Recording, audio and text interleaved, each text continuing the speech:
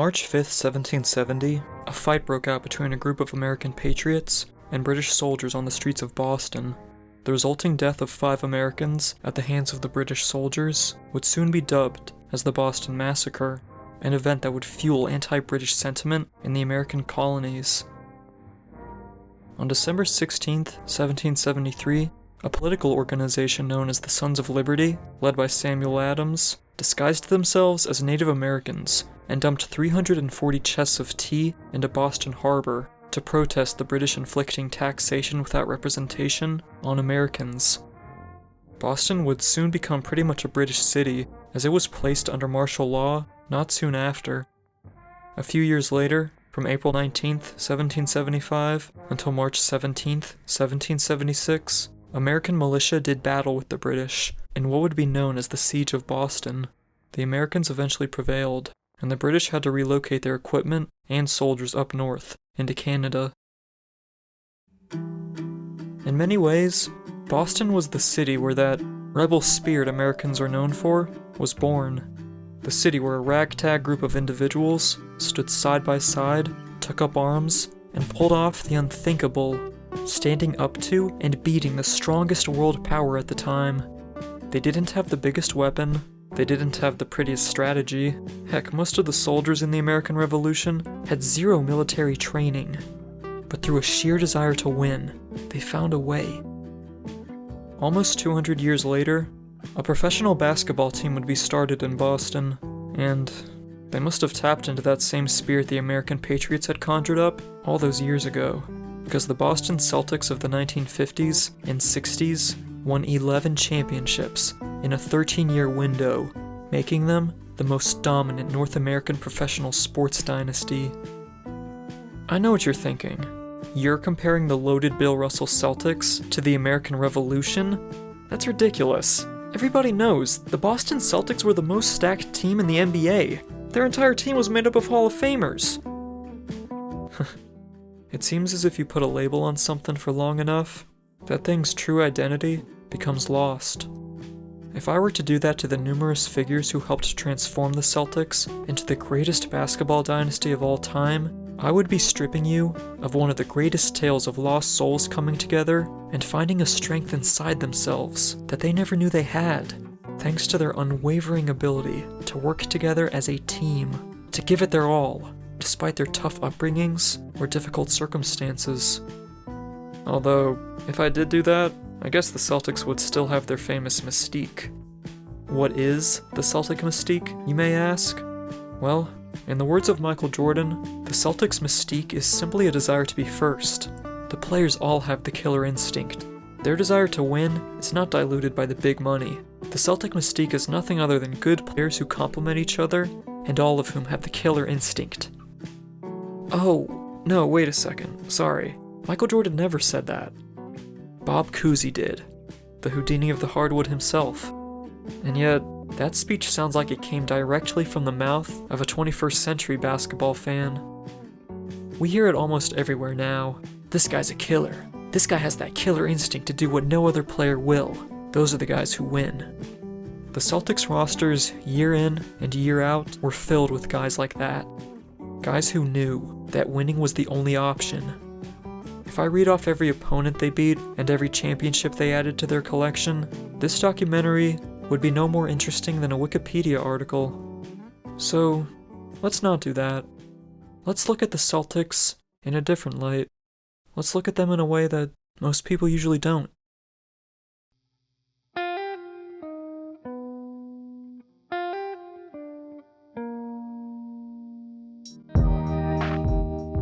So, where did the Boston Celtics originate?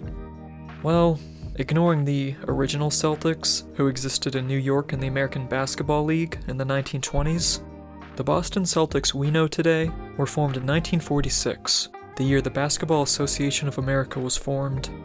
Despite Dr. James Naismith inventing basketball in Springfield, Massachusetts, a town only an hour and a half away from Boston, the city on a hill had very little interest in the sport. In 1925, basketball was removed from the Boston school system. As far as most were concerned, sports started and ended with the Red Sox and Boston Bruins. The grandfather of the Celtics himself didn't even have a close connection to the game. Walter A. Brown was born on February 10, 1905, in Hopkinton, Massachusetts. Often referred to as humble Walter Brown, the young boy would become one of the most prominent figures of his time in the world of sports, loved by his players and associates alike for his gentlemanly conduct and down-to-earth style of approach. He believed a lot in handshake deals, but not in the way most businessmen did. Brown was a man of his word. He never backed down from a deal. He stuck to his decisions. He attracted controversy when his Boston Celtics were the first team to ever draft an African American into the NBA, Chuck Cooper from Duquesne. The pick was met with questions, but Brown stood his ground, famously saying how he didn't care if Cooper was covered in polka dots. He could play basketball, and the Celtics wanted him. Brown certainly wasn't perfect. There were times where Walter's ugliness came out. During the 1956-57 regular season, the Celtics lost a close game to the Syracuse Nationals. A frustrated Brown angrily stormed into the Celtics locker room and berated his players, calling them losers and promising them he would never step foot in the locker room again. The next day, however, Brown approached the players at practice and apologized. He told them how, even though he owns the team, at the end of the day, he's mostly just a fan, and he was afraid of losing again, so he let his emotions get the better of him. Walter's father, George V. Brown, was instrumental in the creation of the Boston Marathon and making ice hockey into a major sport in America. He had been an assistant manager in the 1920 Summer Olympics, and then organized the U.S. Olympic hockey team in 1924 for the first ever Winter Olympics. After his father's death in 1937, Walter would become manager of the Boston Garden, as well as the president of the Boston Athletic Association from 1941 to 46. Walter picked up right where his father left off, as he led Team USA to a gold medal in the 1933 World Ice Hockey Championships, and in 1940, Brown and 8 other arena managers formed the Ice Capades, a famous traveling entertainment show. Brown had found success. He was happy coaching the Olympics and with owning his minor league hockey team. But something began bugging Brown. When hockey was being played in the Garden, it was spectacular.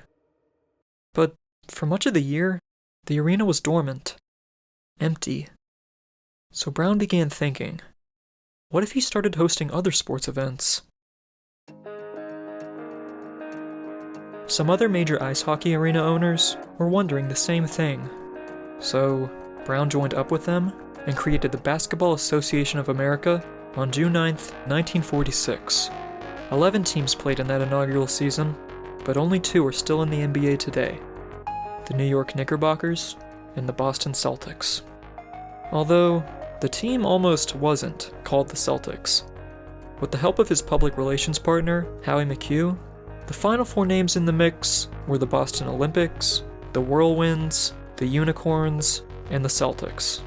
Personally, I think Unicorns would have been great, but Brown went with the Celtics, because Boston had a good amount of Irish citizens, and because Brown himself also had Irish blood.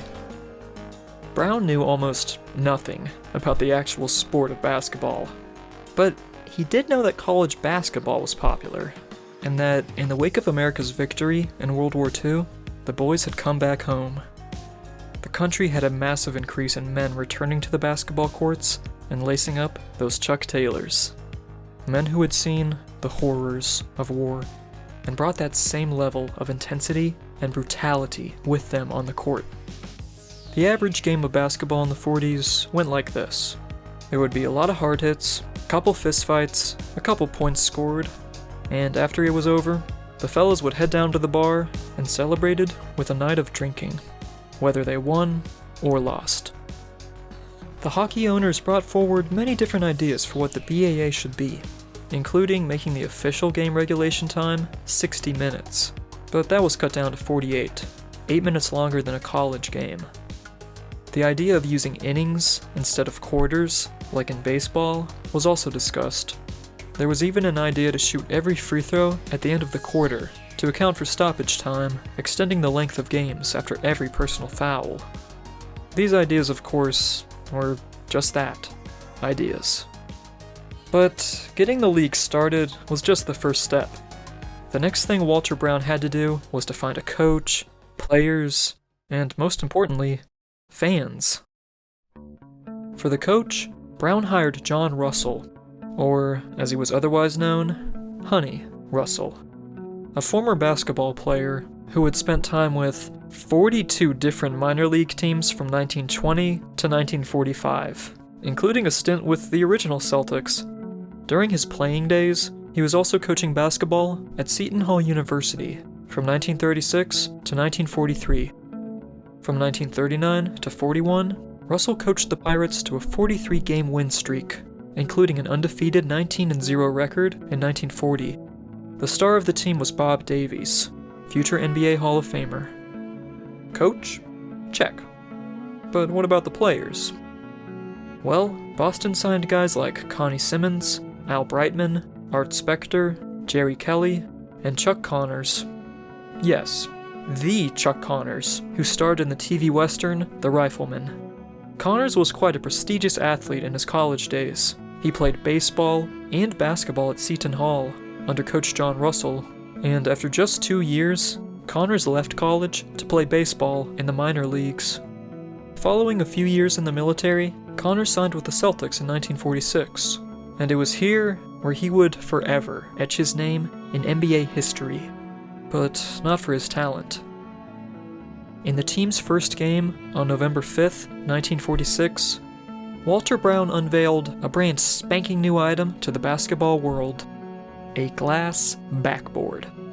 Yep, wooden backboards had always been the norm, but Brown wanted to bring something new to the sport. Well, unfortunately for Brown, even though the glass backboard was cool, it was missing a piece. A piece of plastic an arena worker had not placed between the rim and the glass. So, when Chuck Connors decided, for whatever reason, to heave a 40-foot basketball shot aimed at the backboard,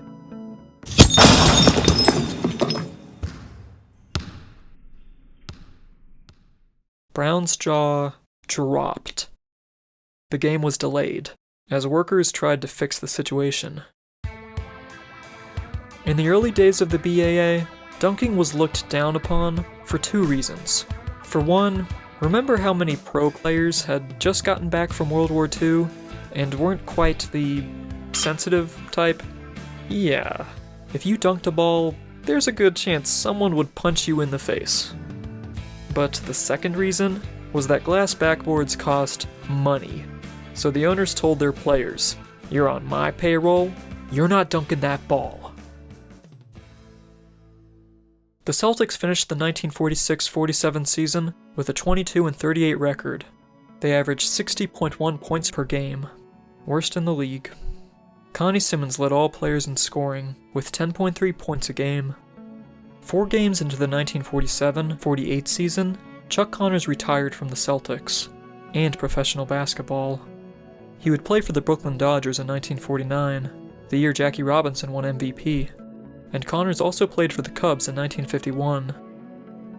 For their second season, the Celtics had found themselves a center, the 6'5" Ed Sadowski. Yes, you could argue the Celtics invented small ball. Sadowski averaged 19.4 points per game, and even though the team finished with a 20-28 record, they had earned a spot in the playoffs. In a best-of-3 series, the Celtics lost to the Chicago Stags in the BAA quarterfinals. The Stags were led by 2 future Hall of Fame players, Max Zaslofsky, the 1948 scoring champ, and Andy Phillip, who would lead the league in assists 3 straight times.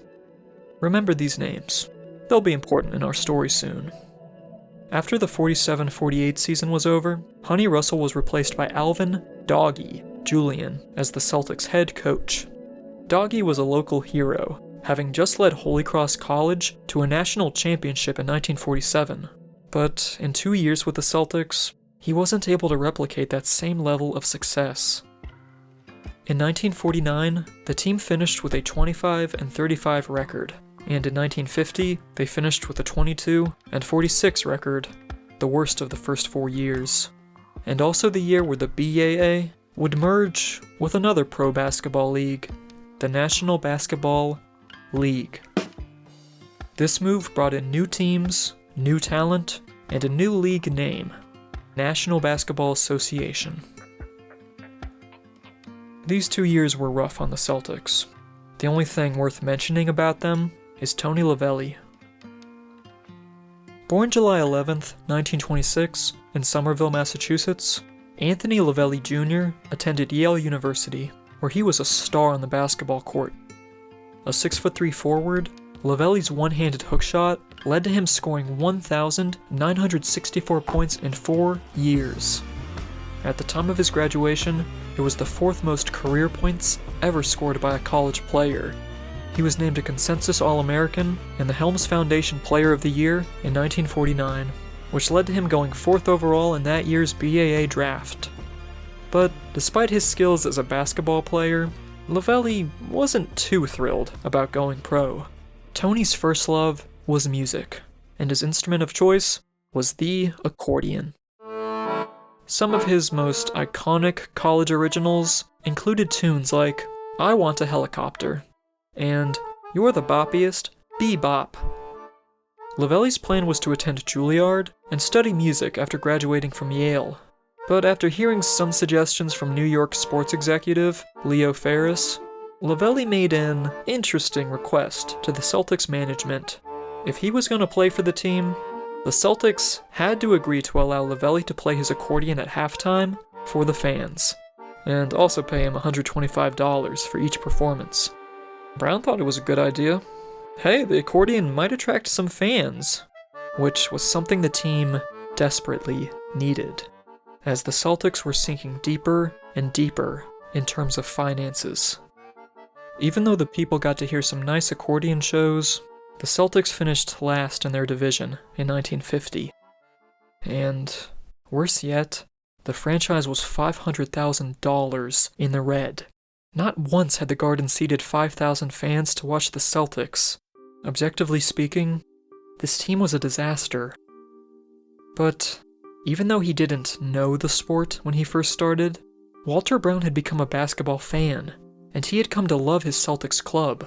But he also knew, if he wanted to keep the team alive, things had to change. They needed a real coach. So, he got one. On advice from some Boston sports writers, Brown reached out to the 32-year-old coach, Arnold "Red" Auerbach, a coach who led his Washington Capitals to the 1949 BAA Finals and had coached the Tri-City Blackhawks in 1950. Auerbach respected Blackhawks owner Ben Kerner, but a disagreement came between the two when Kerner wanted to trade the team's center, John Mankin, in return for a 6'5" player named Gene England. Not soon after, Brown had reached out to Auerbach about the Boston job. Brown offered a nice salary to Auerbach, more lucrative than the Blackhawks job. But after Auerbach arrived in Boston, Brown had an open and honest meeting with him, explaining to him the team's financial woes and how the team desperately needed to turn things around if they were to survive. Auerbach nodded and reassured Brown he could do it.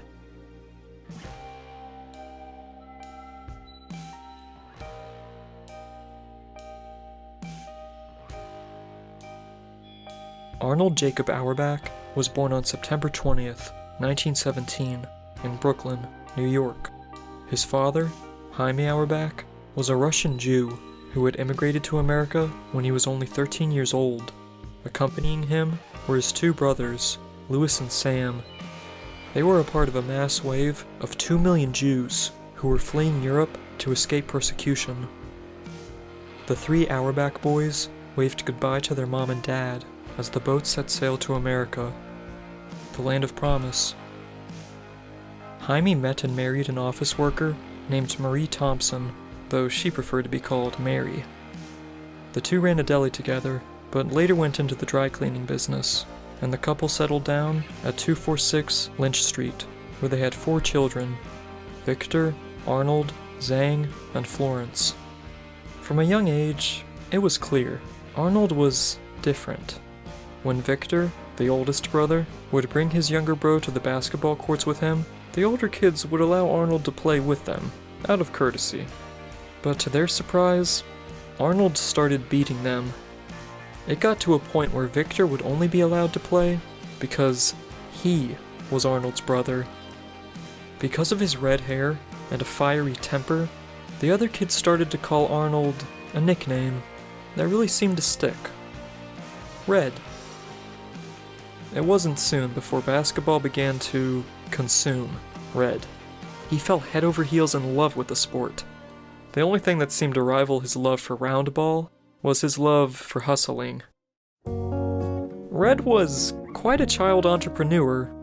Whenever he wasn't at the court, he could be seen selling newspaper, washing taxicabs, helping his family business, or working any odd job he could find. His father, however, didn't like the amount of time Red was putting into basketball. Jaime told Red that he was not the son who was going to be sent to college. Victor was the oldest, and Zhang was the artist. Red was just the middle child. That's just the way things were. Red attended PS 122 and Eastern District High School as a teenager. As a 5'10" guard, he was his high school team's basketball captain, but he didn't spend as much time studying as he did practicing. One day, his phys ed teacher caught Red when he was walking down the hall, and he pushed him against the wall, telling Red to get his grades up. Well, Red did just that. And what do you know, he even became student body president. In Red's senior year, he was named second team All-Brooklyn, and even got a few offers to try out for some college teams. The one Red was most interested in was NYU, but he found out that kids on athletic scholarships could only enroll in the School of Commerce. Red wanted to be a teacher, so NYU was out of the picture. He eventually ended up going to Seth Low Junior College, while working at a gym and in the government with the National Youth Administration, because the basketball scholarship he was given didn't even cover half a year's worth of tuition money. Only 175 students went to Seth Low, but Auerbach and the basketball team beat some pretty big schools of the time: Seton Hall, St. Francis, St. Peter's, Brooklyn College. But after his first semester was over, Red received news that Seth Low would be dissolved the following spring. But towards the end of the basketball season, Auerbach's coach, Gordon Ridings, invited the team to work out and play with the George Washington University team. GW was in town to play at LIU, and Ridings had formerly been one of the stars under Bill Reinhardt, who was still the head basketball coach at GW. Reinhardt must have been impressed with what he saw in Auerbach that day, because right before he left town, he called Red up and offered him a scholarship to play at George Washington. Red was skeptical at first, considering the team already had plenty of good players, and that he might lose his scholarship. But Reinhardt reassured him, "Red, I'll make you a promise. Keep your marks up, stay eligible, and whether you ever play a game for me or not, I'll see to it that you remain in school and leave with your diploma. You have my word on that."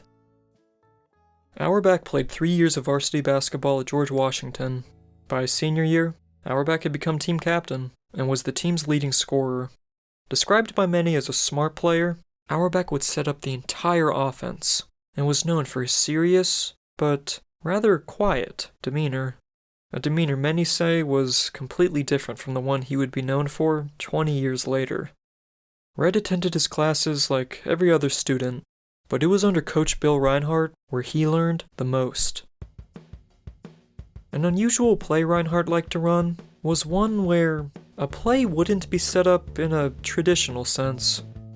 Rather, the aim was to catch opposing defenses off. In a few swift motions, the ball would be thrown up the court to multiple charging attackers, catching the opposing team out of position and forcing them to backpedal. It was the fast break. Reinhardt had introduced Auerbach to the fast break. Reinhardt would also teach Auerbach the importance of seeing people as individuals. What mattered the most to him was your ability as a player. Red received his BA in physical education in 1940, but he stayed one more year to get his MA in 1941. Auerbach structured his life very simply, but also very effectively. Finish one goal, and then move right on to another. Red would become a physical education teacher and basketball coach for 3 years, before joining the U.S. Navy on June 19, 1943. In the service, Auerbach would meet and befriend another athlete-turned-soldier, baseball legend Yogi Berra.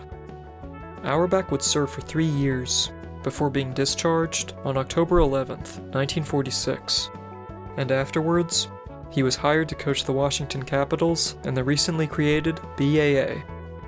Red had still been coaching during his service years, and by doing so, he had developed a unique strategy when it came to coaching in the BAA. It was a strategy that most people didn't do. You see, when picking ball players, most clubs just picked local heroes, who all played similar styles. New Yorkers played in New York, Pittsburgh was made up of guys from Pittsburgh. But Red wanted to assemble a melting pot of a team. He thought that the New Yorkers were the smart guys, the ones who could run an offense. He thought the fastest and the strongest players were in the Midwest, and the best rebounders were in the West. Red saw the potential that a variety of players could bring to the table. Walter Brown put pretty much all of his faith into Red Auerbach. Not only was Red the head coach, but he was also the team's general manager, as well as the trainer, the talent scout. He pretty much did just about every job there was available. He was the Celtics. The only contract Red signed with Brown was that first season in Boston. Every year after, Brown, true to his word, paid Auerbach. Red put his trust in Brown, and Brown put his trust in Red. But was it smart for Brown to do this? Red's very first test was rapidly approaching, the 1950 draft. Boston held the first overall pick, and the draft class featured plenty of good players, but the one Boston fans overwhelmingly wanted was a local hero, a 6'1" guard by the name of Bob Cousy, a consensus 1950 first-team All-American and 1947 NCAA champion who had just graduated from Holy Cross, a school 50 miles away from Boston. But Auerbach just wasn't impressed. Red had heard about how this kid had some dribbling skills, but he had never seen him play. It was the opinion of many talent scouts that Cousy would be beaten senseless night in and night out for daring to try some fancy-pants stuff like behind-the-back dribbles. Auerbach was famously quoted as saying, "Am I supposed to win, or please the local yokels?" The Celtics instead drafted a center, Charlie Scher. Bob Cousy wasn't too upset. He originally had no intention of even joining the NBA. The stark contrast between the popularity of college basketball and the pros was staggering and discouraging. Instead, Cousy had started up his own gas station and a women's driving school with his wife. He was happy with life, but nevertheless, he was still selected by the Tri-Cities Blackhawks in the 1950 NBA draft. But after not being given the salary he requested from owner Ben Kerner, Cousy was traded to the Chicago Stags, and not soon after, the Stags folded, which meant that 3 players were now available to other NBA teams: Max Zaslavsky, Andy Phillip, and Bob Cousy. Phillip and Zaslavsky had been all-stars, and they were very clearly the ones that everyone wanted. And by everyone, I mean just 3 teams. Philadelphia, New York, and Boston met with NBA Commissioner Maurice Podoloff for a dispersal draft. There was a ton of fighting about who would get Phillip and who would get Zaslavsky, so much so that Maurice had gotten sick of it. So, he decided to write the 3 players' names on 3 slips of paper so they could be literally pulled out of a hat. New York got Zaslavsky, and Philadelphia got Phillip.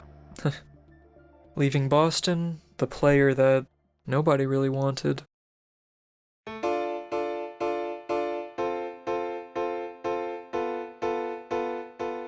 Robert Joseph Cousy was born on August 9, 1928, in the East End of Manhattan. His parents, Joseph and Joliette Cousy, were French immigrants who had come to America to seek their fortune. Unfortunately, once they arrived and gave birth to their only son, the country was thrown into not just a depression, but the depression. Working as a cab driver for 12 hours a day, 7 days a week, Joseph Cousy wasn't even averaging 20 cents a week in pay. The family was living in a slum.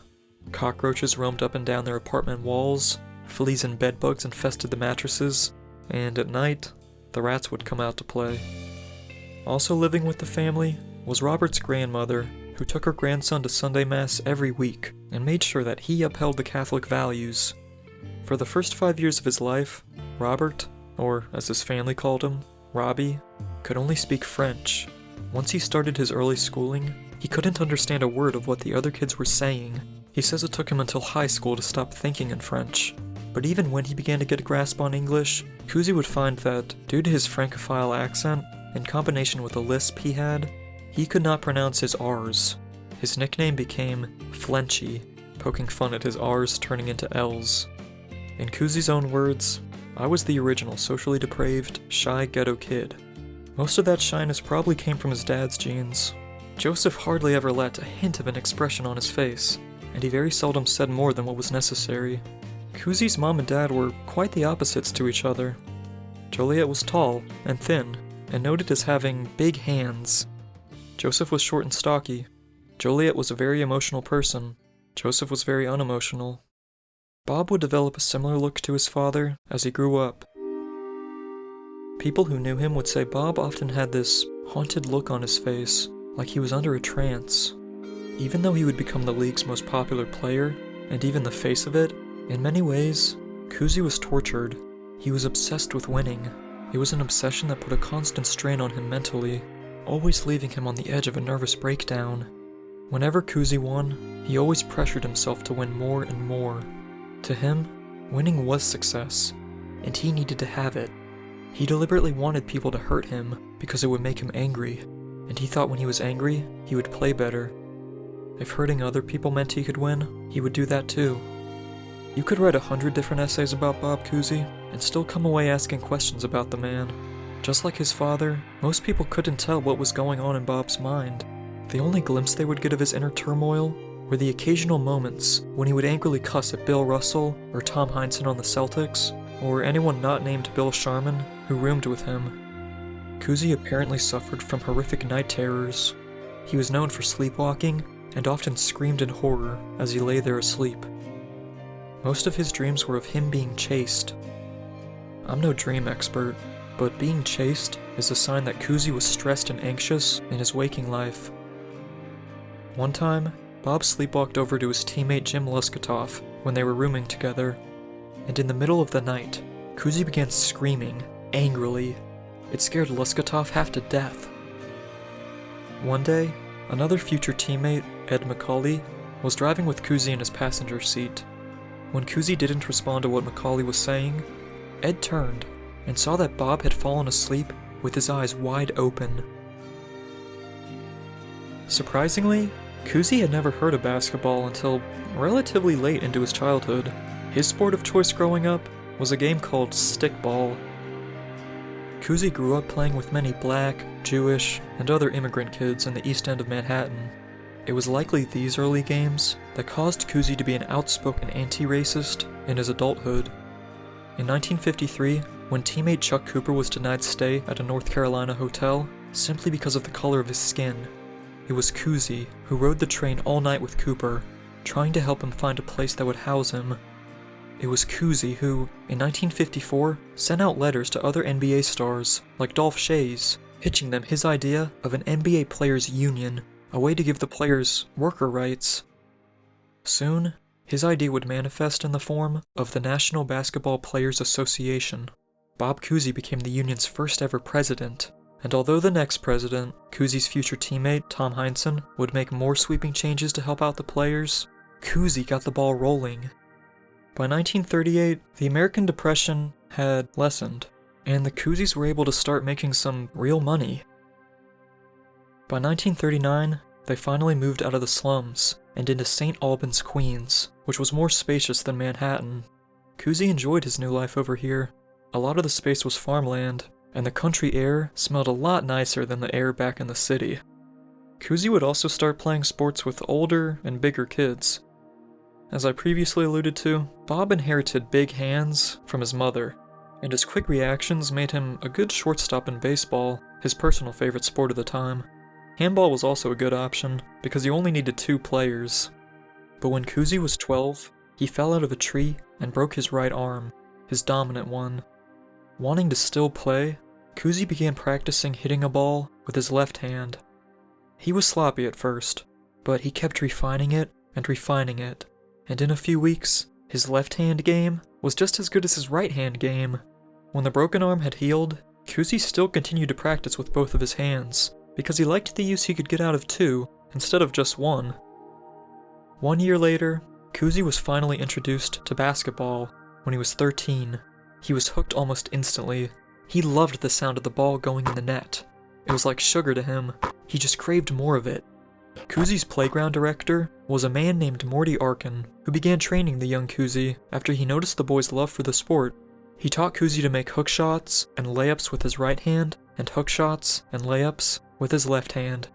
Despite his love for it, Kuzi didn't make his junior varsity team in his first 2 years of high school, but his school's coach, Lou Grummond, eventually let him play on the varsity team for a year and a half when he heard about Kuzi's ability to dribble with his left hand.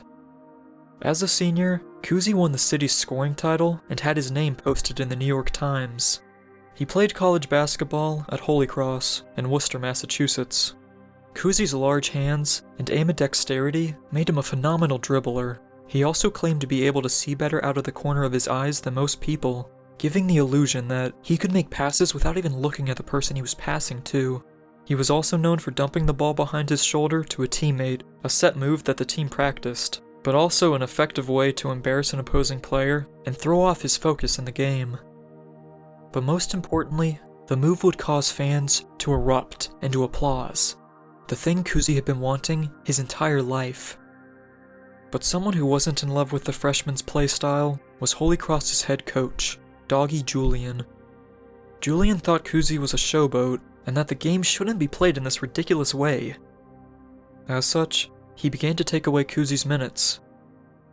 Holy Cross won the 1947 National Championship, but it wasn't with Kuzi in the starting lineup. The next year, Kuzi got into a car crash that resulted in him missing a team practice, but Doggy thought Kuzi had played an outside basketball game instead of going to Holy Cross practice, and he didn't want to hear Kuzi's side of the story. He had made up his mind. He didn't talk to Kuzi the rest of the year, even though Kuzi desperately tried to explain to him it was just a mix-up. Holy Cross's next game was against Loyola. It was an arena sellout, but Doggy kept Kuzi on the bench for 43 minutes. In the final 5 minutes of the game, Loyola was up, and it seemed Holy Cross was finished. But then, the audience began to chant, "We want Kuzi." It started as a murmur, but quickly it spread throughout the arena.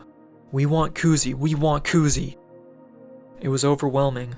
Doggy had no other option. Kuzi scored 12 points in 5 minutes, and Holy Cross won the game. During his after-game shower and on the ride back home, Kuzi cried. The emotions were just too strong. In his junior year, Kuzi had another big game against Loyola. In the final seconds, Kuzi pulled off a behind-the-back dribble and hooked the ball into the net with his left hand, just like Morty Arkin had taught him all those years ago. As previously stated, after Kuzi graduated from Holy Cross, he wasn't super into the idea of going pro. The only reason he would was if the Celtics signed him, so he didn't have to move out of Massachusetts. Well, I guess it was just destined to be. Walter Brown signed Kuzi for $9,000. The very first day of Celtics training camp, Bob Cousy came in wearing a Holy Cross t-shirt, and it was here where Kuzi ran into his biggest obstacle yet, Red Auerbach. Auerbach was brash, heated, sometimes crude. Kuzi was sensitive. It took a while for the two to gel, but they did share something in common, an intense desire to win. Bob didn't see eye to eye with Red on everything, but despite this, Bob still refers to Red as Arnold, out of respect.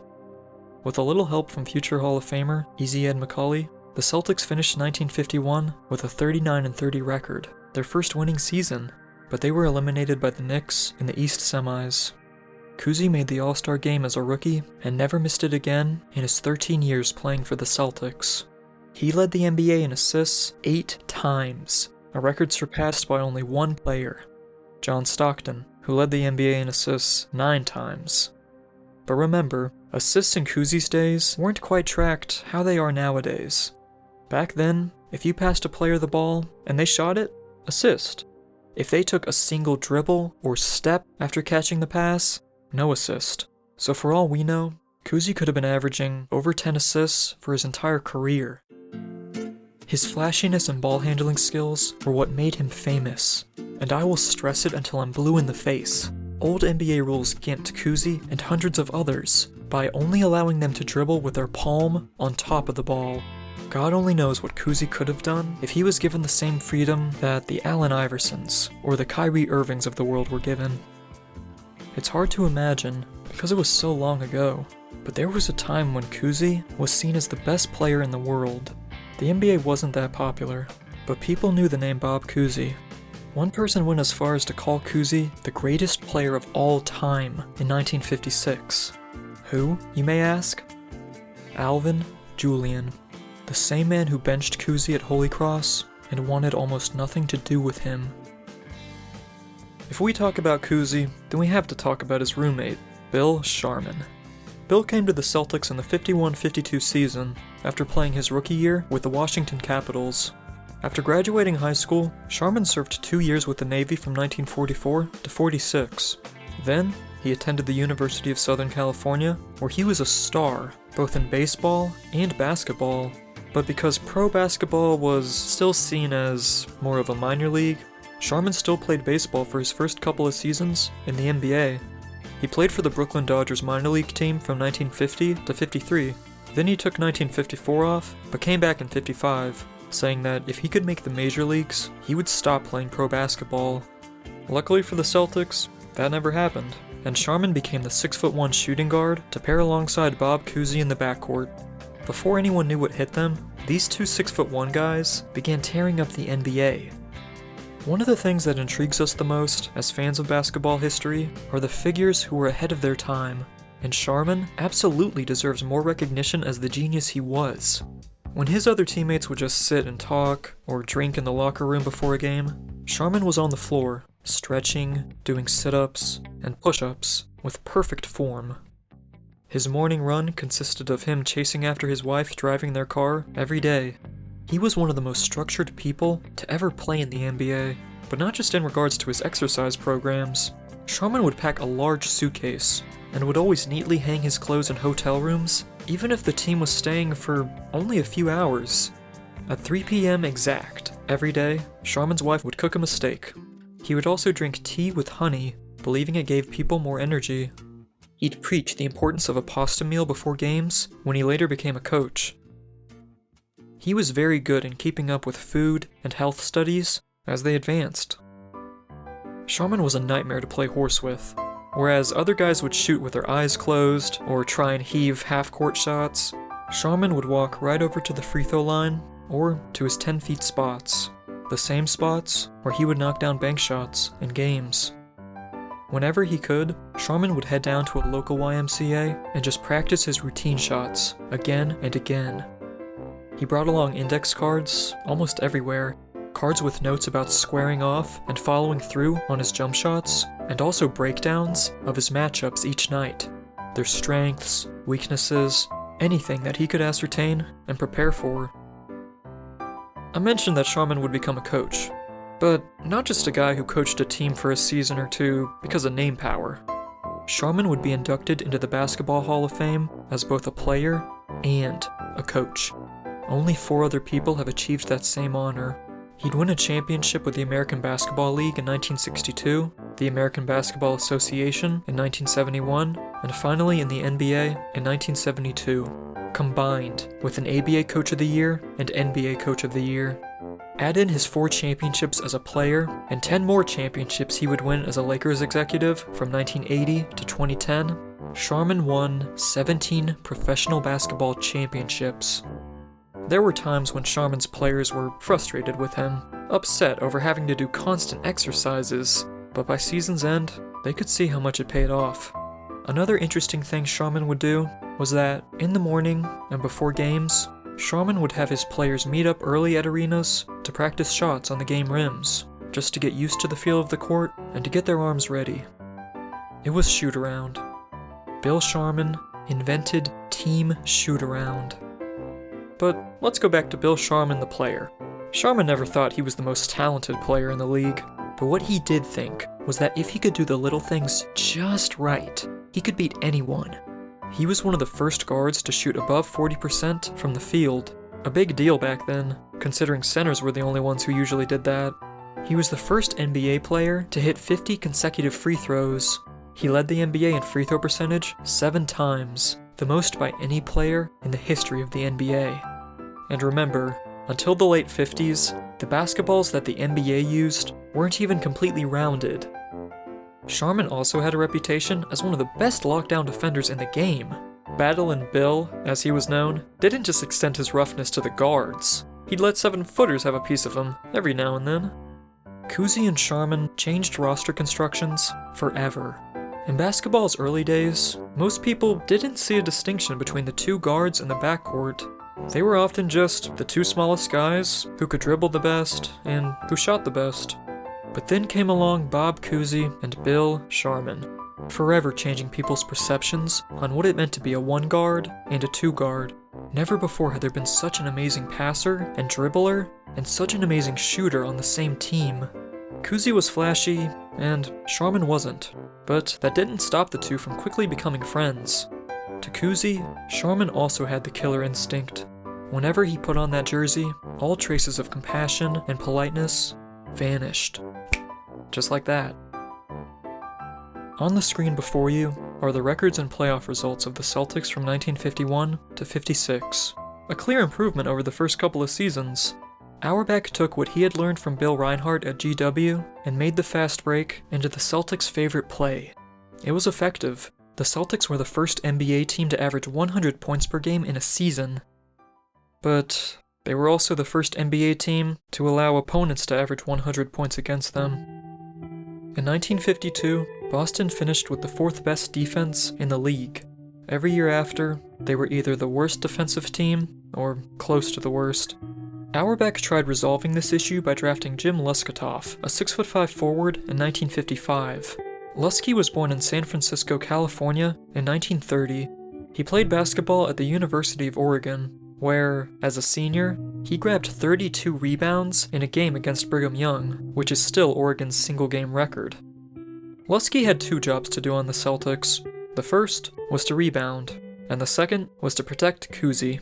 20 years later, a term would be invented for players like Lusky, the enforcer. But back in the 50s, he was referred to as the traffic cop. The fine for starting a fight in the NBA at this time was $25. Sure, that's worth more back then than it is now. But it still did little to stop the rough-and-tumble style players brought to the court. Lusky was a tough son of a bee. He once broke Bob Pettit's arm, but he never went out of the way to hurt anybody either. Another key player the Celtics added during these years was the 6'3" Frank Ramsey, an NCAA champion who played under Adolph Rupp on the Kentucky Wildcats. Ramsey was quite interesting. After his 1954-55 rookie season, Ramsey left the NBA for 1 year to serve in the Army. His most impactful years in the NBA would come after he returned from the service, but more on that later. Regardless of these acquisitions, Boston still had no championship appearances, and they were still swimming in financial troubles. During the 1955 playoffs, Walter Brown told his players that he couldn't pay them the playoff bonuses they were promised, about $400 per player. Being the honest man he was, Brown paid the players at the start of the next season, but it goes to show, the Celtics still hadn't gotten out of the deep water they were in. The team was clearly missing something. If they were going to survive, improvements had to be made, preferably sooner rather than later. But luckily for the Celtics, Red had a plan. He casually mentioned it to Cousy, telling the guard that he was going to go after a player that was just what the Celtics needed. Cousy didn't know at the time, but the player Red was talking about was Bill Russell.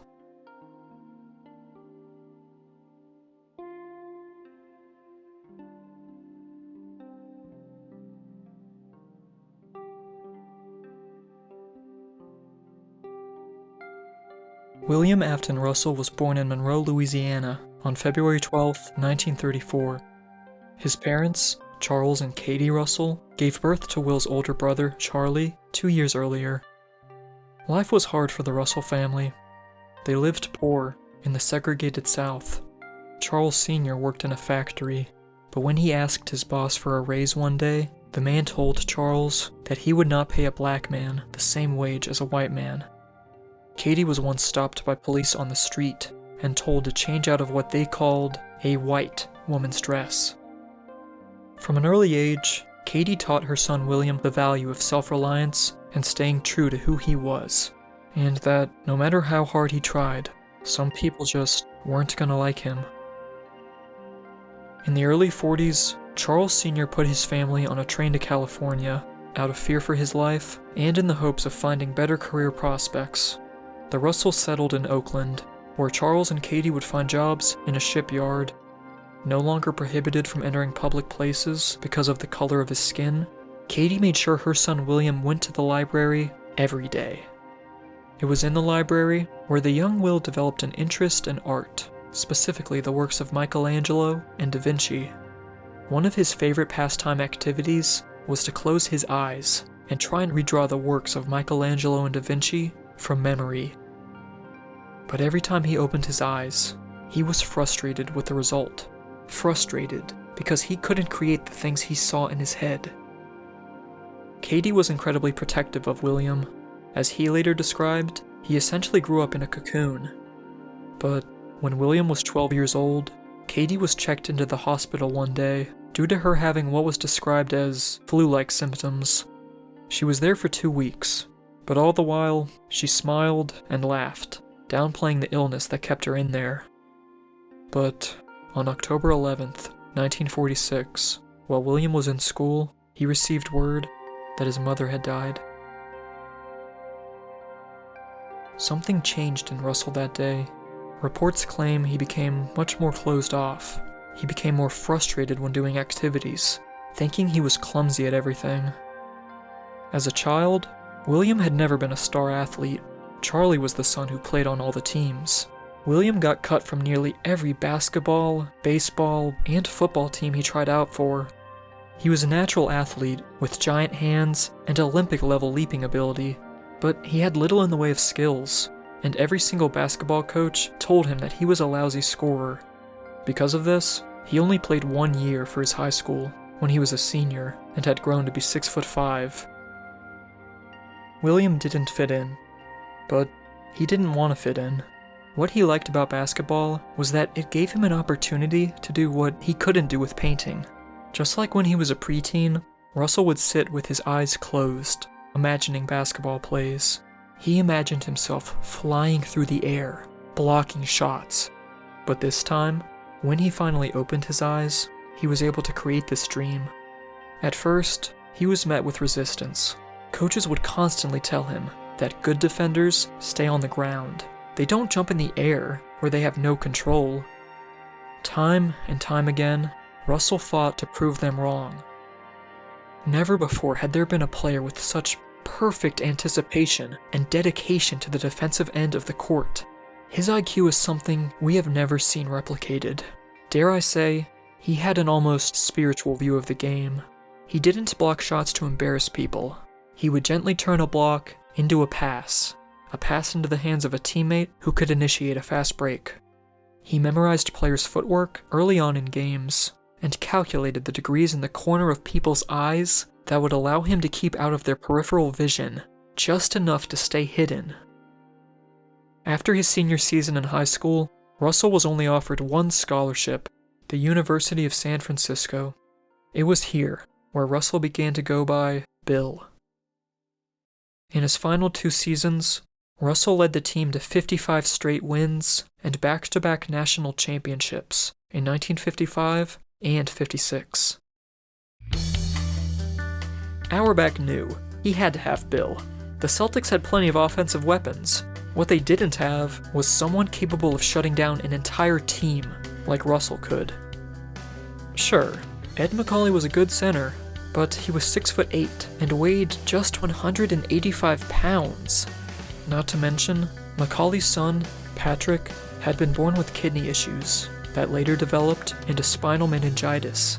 so Ed wasn't even sure if he would be around to play pro ball next year. Red was scared to death that Bill Russell might join the Harlem Globetrotters. They reportedly offered him $50,000. The Celtics didn't have that type of money.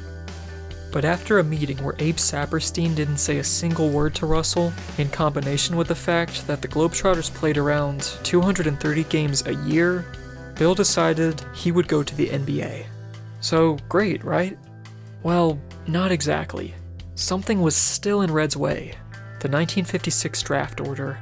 Rochester had the first pick, but the team was in financial trouble, and just couldn't afford Russell. To make sure they didn't pick him, Walter Brown offered Rochester owner Les Harrison 2 years of Ice Capades performances if they did not draft Russell. So, the Royals went with Cy Green. However, that wasn't the end of the Celtics' troubles. The Celtics had the third pick.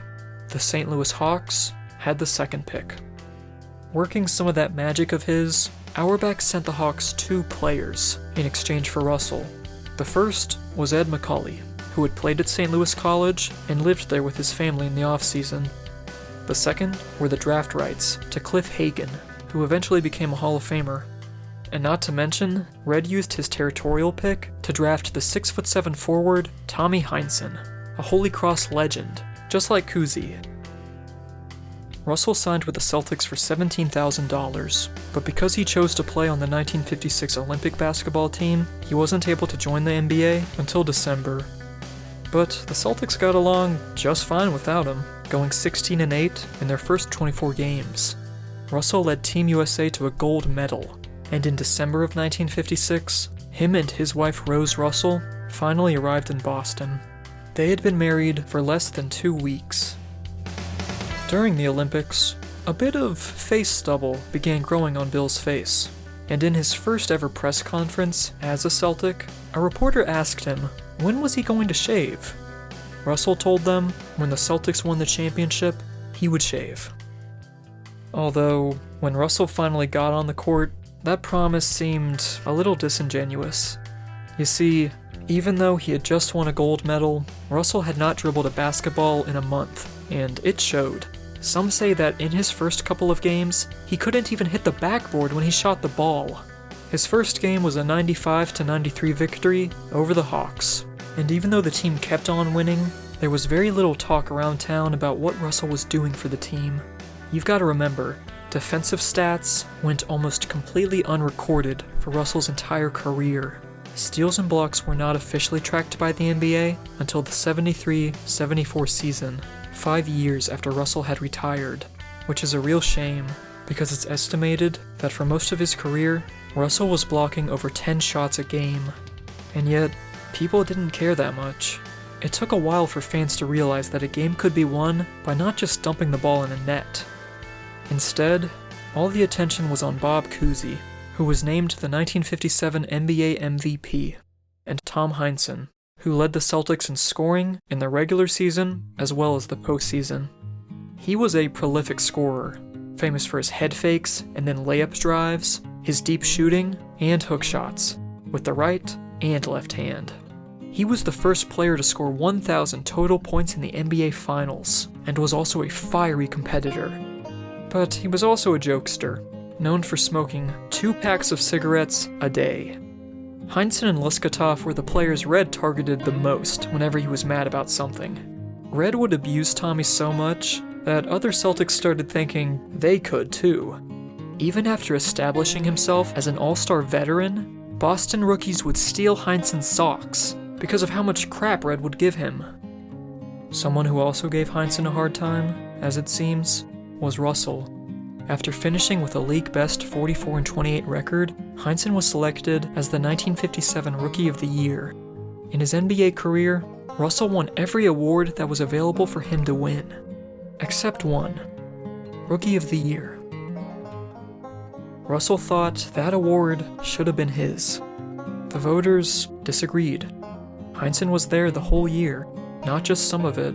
It didn't matter that Russell controlled the boards, anchored the defense, and got the offense going by being able to quickly rebound and initiate a fast break.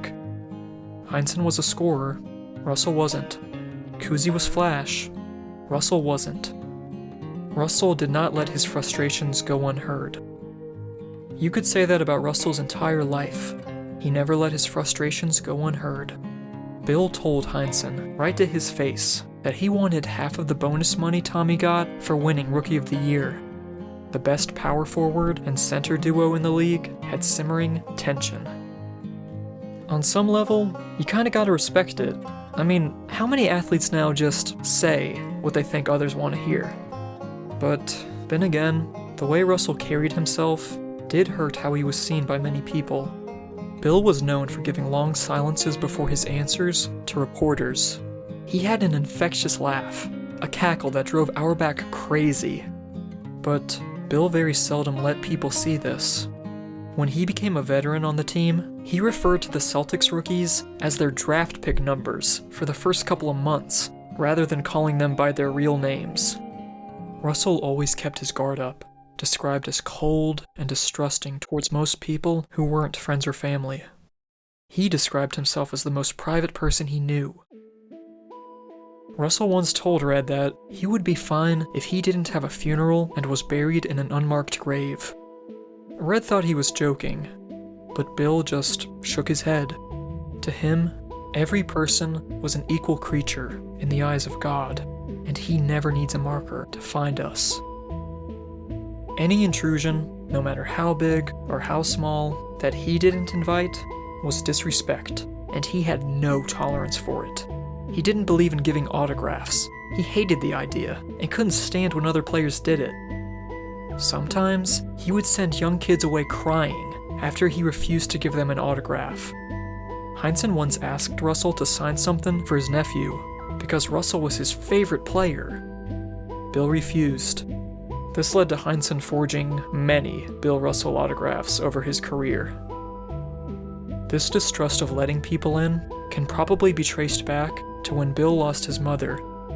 Maybe he didn't want to get close to people who wouldn't be in his life for very long, remembering the pain he had felt when he was 12 years old. But the ones he especially did not want in his life for very long were the Boston fans. Russell famously described Boston as the flea market of racism. Fans in the Garden would hurl racial slurs at Russell while he played. And remember, in 1957, he was the only black player on the Celtics. Bill and Rose Russell became the first black family to move into a house in Reading, Massachusetts.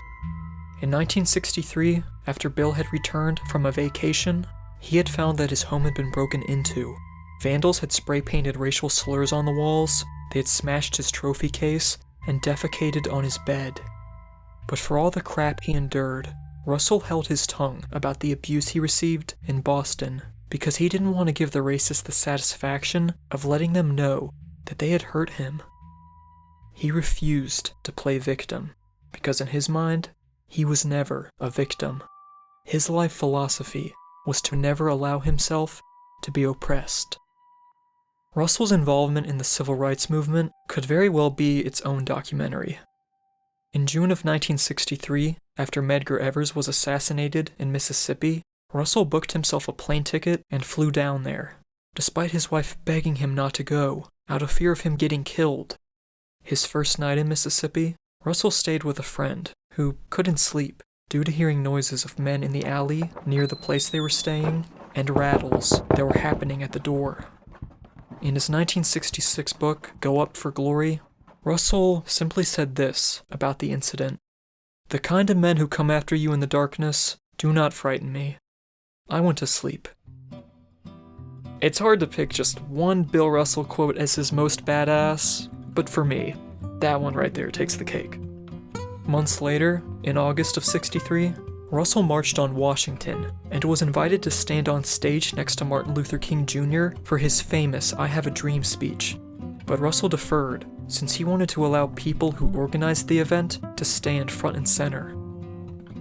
In the last few years, Bob Cousy has spoken about the abuse Russell experienced, and although Cousy was against any discrimination, he blames himself for not doing more to comfort his teammate, saying that he was too self-absorbed with his own fame and success. But anyway, back to 1957.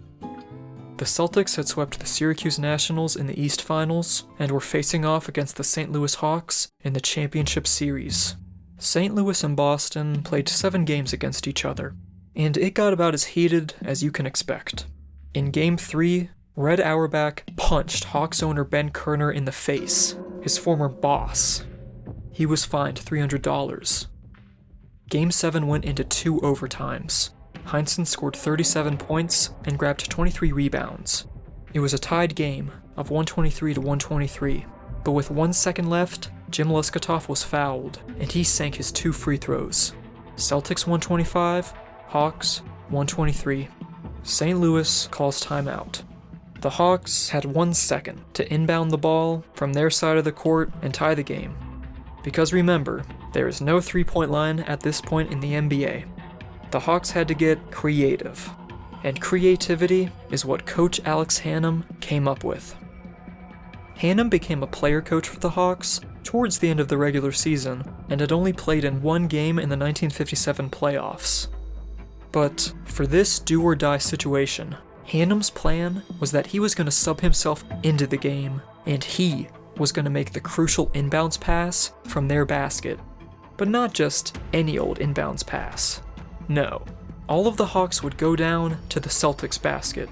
Hannum was going to throw a 94-foot full-court pass that was going to hit off Boston's backboard, and one of the Hawks would grab it and be able to tip it in. That way, they tie the game and go into overtime. Again. Bob Pettit had little faith in this plan. Hannum couldn't hit shots from 15 feet out, so how was he going to hit the backboard from 94 feet out? Well, to everyone's surprise, Hannum checked himself into the game and made the 94-foot heave to hit the Celtics backboard. Pettit jumped, threw the ball up, and it rimmed out. Boston had won their first NBA championship. They celebrated by shaving Russell's goatee, like he had promised months earlier. Exactly 1 year later, the Hawks and Celtics met up again in the 1958 finals. Though this time, things were a little different. After 5 regular season games, Jim Leskatoff went down with a season-ending injury, so his presence was missed. But the bigger issue was that in Game 3 of the finals, Russell injured his foot. The injury forced him to miss Games 4 and 5. And although he came back for 6, the Hawks clinched the 1958 championship in that 6th game. I'm not going to say the Hawks didn't deserve to win. Pettit had arguably the greatest closeout game ever in Game 6. He scored 50 points. The Celtics took the loss to heart. The very next season, the Celtics returned to the 1959 finals, and against the Minneapolis Lakers, they won the championship in 4 games. The first ever finals sweep in NBA history. The next 7 seasons, the Celtics won 7 more championships, for a total of 8 consecutive.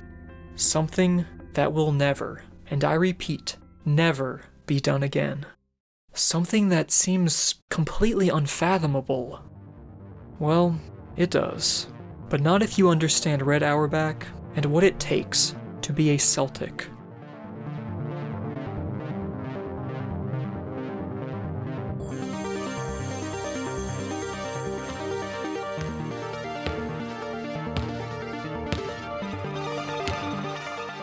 The Celtics were unique in the sense that they were quite selective in choosing who played for them. Red actually refused a lot of talented players who wanted to come to the Celtics because he thought they would ruin the team's fit. Red picked his guys carefully. He wanted men of integrity, ones with good work ethics. Some called Auerbach a dictator because of how much he imposed his will on the players. Sometimes, he refused to give players their meal money due to their poor play on the court. He told guys not to sit during timeouts. If they did, he yelled at them. His training camps were especially grueling. The consensus around the league at this time was that you could drink and party all you liked in the off-season, and once the game started, that was when you could play yourself into shape. There were no rules stating when teams had to start training camp, so everybody mostly chilled out. Well, everybody except the Celtics. Red started training camp way earlier than everybody else. he knew the team could steal a couple of wins early in the season just by being in better shape than their opponent. 2 times a day, Red made the players run. And I mean run. One of the drills he had players do was to start them at the baseline with a ball in their hand. They would then throw the ball, full court, and then try and race to beat their own passes. 2-on-2 fast break drills were also a common staple. When that's all they would do, are you really surprised that they were the fastest team in the league? In 1963, the Celtics acquired all-star forward Willie Knowles. In one of his first practices with the team, Red made the players do push-ups after lunch. Poor Willie's stomach just could not handle that.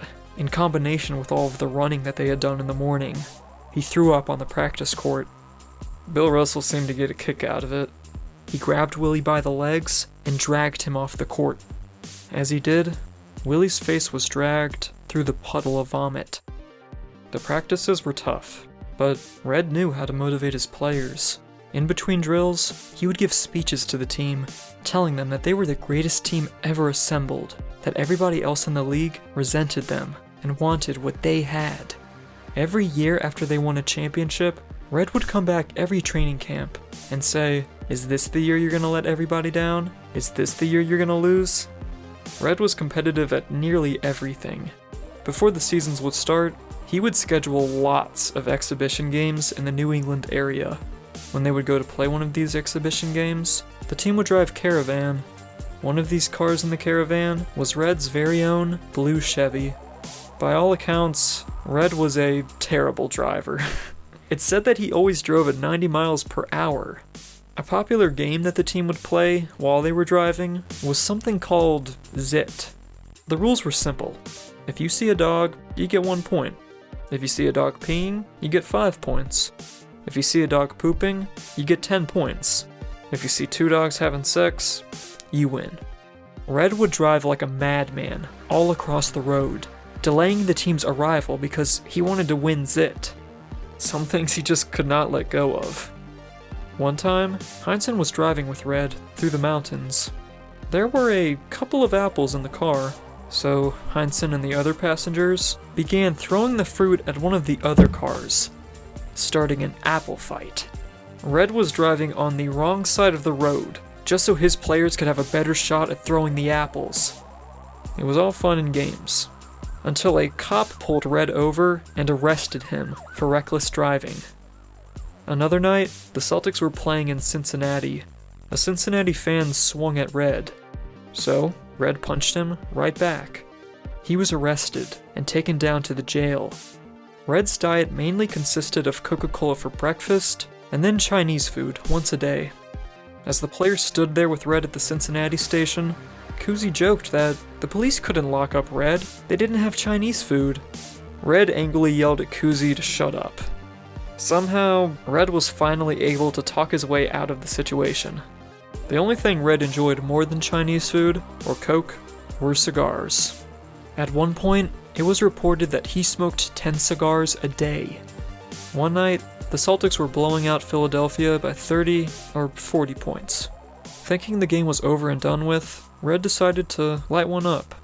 Frank Ramsey, who was on the bench, saw this and called him out, asking Red what he was doing. The game wasn't over yet. Red thought it was. Ramsey asked, "What if the Celtics blow the lead and we lose?" Red assured him they weren't going to lose. It soon became a habit of Red to light up his victory cigar before the game was finished. If you were to ask someone to name one image that you associate with Red Auerbach, I would bet a good chunk of change they would say the cigar. The Celtics players hated when Red lit up a cigar before the game was over, specifically Kuzi. They thought it made the other team play way better now that they were pissed off. It's no secret that every star around the league hated seeing that thing and wanted nothing more than to shove it down Red's throat. But in every game Red lit up that cigar before the final buzzer sounded, do you know how many of those the Celtics lost?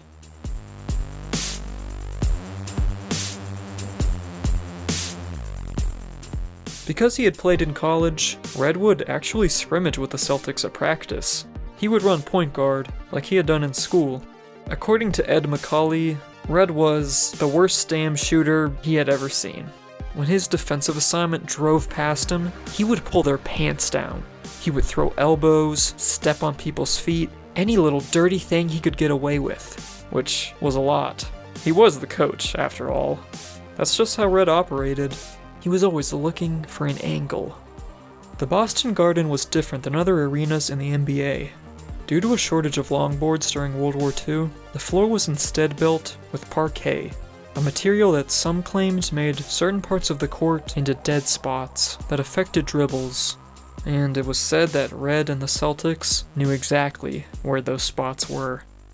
Red didn't want his players to shake hands with opponents before a game. He wanted them to see the other team as enemies.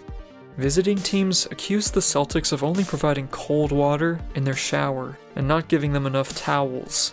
He also thought the worst thing a player could do was eat pancakes the day of a game, and he never wanted to see someone on his team with an untucked jersey. Red was very superstitious. His temper with referees was legendary. There are accounts of Auerbach charging officials, getting right in their face, nose to nose with them. Some accounts even detail the smell of garlic in Auerbach's breath. But that's not all. Red would tell his players that whenever he was arguing with a referee, the 5 Celtics on the floor at that time, whoever they were, had to back Red up. So now, the ref was getting stared down by 5 very large and muscular men right behind Red. It was intimidation, plain and simple. Rumors circulate that refs would purposefully stop calling fouls on the Celtics in the fourth quarter of games, just to save themselves the headache of getting yelled at by Red. Some refs hated Red with a passion, and rejoiced at getting to throw him out of games. But they didn't realize that when they did this, they were playing right into his hands. Red wanted to get thrown out of games, believing that it motivated his players to win now that he was no longer there. It may seem a little kooky, but Cousy and Russell stood by the strategy. Despite all his eccentricities, there was a method to Red's madness. When you came to the Celtics, you were taught to not care about the stats. Oftentimes, the stat sheet could be found on the scorekeeper's table, just where he had left it, because the team just didn't care. Well, okay, they did care about one stat: the final score. The salaries weren't determined by who put the ball in the basket the most. They were determined by how hard the player worked. Everyone had a part to play, and if you strayed from it, you were hurting the team. Case in point, in 1960, Red drafted Thomas Sanders, better known as Satch Sanders, from NYU. Satch was a 6'6" forward, and coming into the league, he wanted to average 20 points a night, and he did, for a couple games. But the Celtics didn't play well as a team in those games. It dawned on Satch that even though he was doing well, he was messing up the team. So, he gave up those dreams of trying to score 20. He gave shots to other guys, to focus on being an intense defender, possibly the best defensive forward of the time. Elgin Baylor famously said that when he thought of the Boston defense, he didn't think of Bill Russell, he thought of Satch Sanders. The Celtics became a team that was able to beat opponents without a single player scoring over 20 on some nights. They weren't a super team because 11 of their players would eventually be nominated into the Hall of Fame. Which, yes, I do agree. Based on stats alone, some of those players would not get in. But to just go off of stats is missing the entire point of what Red believed in, and what he wanted the Celtics to believe in. I implore you to ponder the idea that there are more important stats than points. I implore you to ponder the idea that the most important thing you can bring to a team is your willingness to accept your teammate as a brother. Remember when I said that Bob Cousy and Bill Sharman turned Boston into the best offensive team in the league? Well, when Russell joined the team, that changed. In 1961, 63, and 64, the Celtics finished with the worst offensive rating in the league. And yet, somehow, the Celtics won the championship in each of those 3 seasons. Much of that credit has to go to Bill Russell. I've talked about Auerbach and Cousy's competitiveness, but to put it simply, Russell was on a completely different level.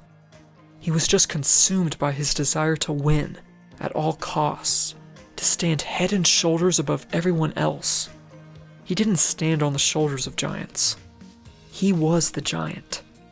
For my money, there has never been a greater basketball mind than Bill Russell. He would get to people in little ways. He'd plant seeds in players' minds, asking them why their team wouldn't pass them the ball anymore. Are you sure that your teammates even like you? It threw players off their games, just ever so slightly. Russell never ran after coming out of a timeout huddle or when the refs were preparing for a jump ball. Rather, Russell took his time, slowly walking to the middle of the court, not smiling, giving him this almost king-like presence. Russell didn't try and block every shot. Rather, he liked scaring opponents into thinking that he could block every shot. When a Celtic was in need of a help defender, they would yell, "Hey, Bill!" The "Hey, Bill" defense. It struck fear into some people's hearts and disrupted others' flow of thought. Sometimes, Russell was fine if players dropped 40 points on him in the first 3 quarters. But during those 3 quarters, what he cared about was tiring them out. So by the time the 4th quarter rolled around, the opponents were just too tired to be effective. They just couldn't play anymore. The long debate has always been if Red was lucky to have Russell, or if Russell was lucky to have Red. But why can't both answers be correct? They knew that the reason they were able to hold those championship trophies above their heads was because of the man standing right next to them. But even after Russell was finally able to win that trophy, there was very little celebration to be had. All he could think about was how could he win the next year, and the year after that, and the year after that, and the year after that. To be the best couldn't be a temporary state of being for him. He had to stay at the top. He had to show the world he was the best. But was his dedication healthy, or was it unhealthy? I'll let you be the judge of that. While everyone else was playing checkers, Red was playing chess. He brought in players who could embrace the little things, the margins of victory that others might overlook. Speaking of which, it's about time I highlight some of those players.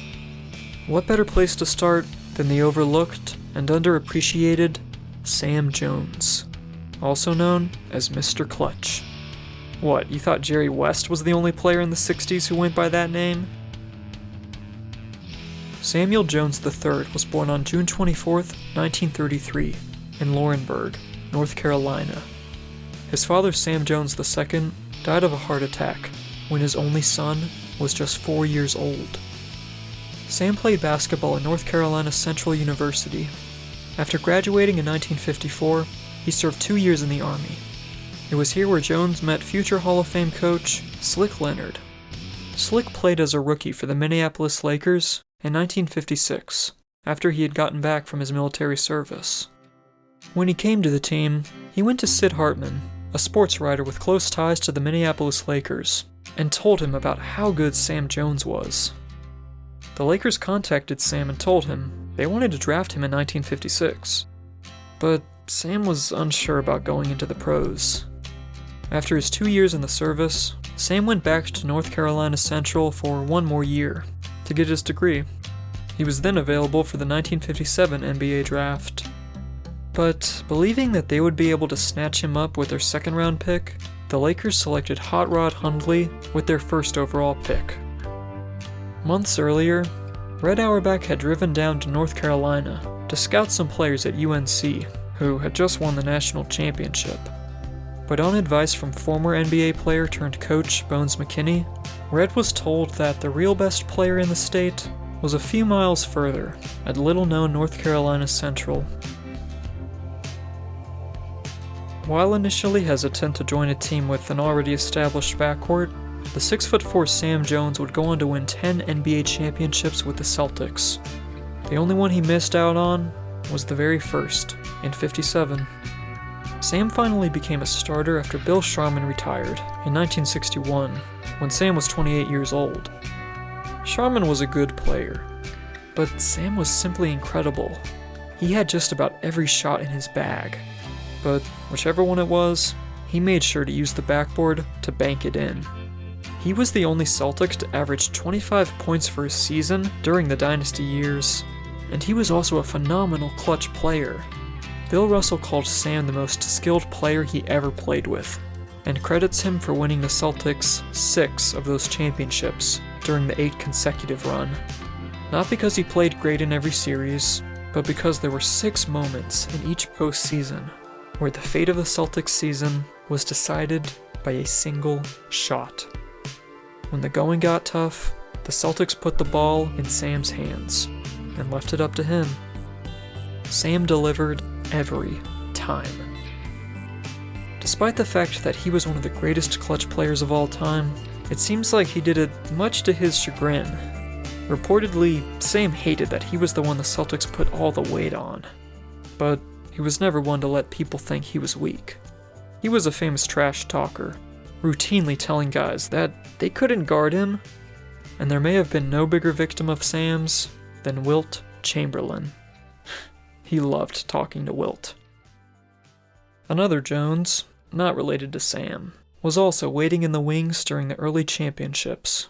But after Cousy's retirement in 1963, he finally got the starting job. Casey Jones. Casey was born on May 25th, 1932, in Taylor, Texas. And no, Casey does not stand for anything. It's just KC. When he was 9 years old, his parents divorced, and he would move with his mom to San Francisco, California. Casey played college ball for the University of San Francisco, alongside our good friend, Bill Russell. Casey was the team's point guard, and was known for performing quite an exciting play with Russell. He would take the ball and toss it up in the air, not into the hands of Russell for a pass. No. The ball would soar, and Russell would leap into the air to meet it halfway. And as the two were levitating, Russell would slam the ball down into the net. Now, am I claiming Russell and Casey invented the alley-oop? No. The history of the move is quite long and hard to quantify. All I'm saying is that many websites online claim that Russell and Casey did invent the move. Whether it's true or not, there's no denying that they were likely the ones who first exposed it to the many young California fans. Russell once called Casey the smartest basketball man he ever knew. Like Sam, Casey spent 2 years in the Army after he graduated college. He made his NBA debut in the 58-59 season. He had a reputation as the best perimeter defender in the NBA. It didn't matter if you had the ball or not. Casey would be there with you, every step of the way. The only thing that would get him off of you, it seems, would have been a restraining order. Alongside Russell, Casey is one of only 8 players in NBA history to win an NCAA championship, an NBA championship, and a gold medal in the Olympics. Red Auerbach remembers a story of when Casey first joined the team in 1958. It was early into training camp, and the players were scrimmaging. Whichever team Red put KC on, that team would win. Dude was just a winner. The Celtics' depth was absurd, especially at the guard spots. Celtics practices were often very intense because guys like Cousy and Sharman knew if they missed too many games, they could very well lose their starting job to a bench player. I've neglected him for too long. It's time we talk about Frank Ramsey. As an NCAA champion coming out of Kentucky, Ramsey had the talent to play anywhere he wanted. But when he signed with the Celtics, Ramsey found himself in a peculiar situation. Boston had the greatest backcourt in the league, with Cousy and Sharman. At 6'3", Ramsey could start at small forward alongside Cousy and Sharman, especially in the early seasons. But as the years went by, that became a less appealing strategy. So, Red Auerbach came to Frank with a proposition. After the first 6 or 7 minutes, when the guys had gotten bumped around a bit and started to sweat, what if Ramsey came into the game, fully energized and terrorized the other team's tired starters, or the less talented bench players? Today, we call this role the sixth man. Ramsey filled the role to near perfection. He was a good shooter and knew how to get to the free throw line a lot. In 1963, Sports Illustrated did a story on Ramsey and titled it "Smart Moves by a Master of Deception." Why Master of Deception? Well, Ramsey was one of the best in the game at flopping and using tricks to get referees to call fouls on the opponent. The good thing about the Celtics was, after they had found a player to fill a role on the team, they would look to the future and drafted guys who would be able to fill that role once a player got too old or retired. When Sharman left, Sam stepped up. When Kuzi left, KC stepped up.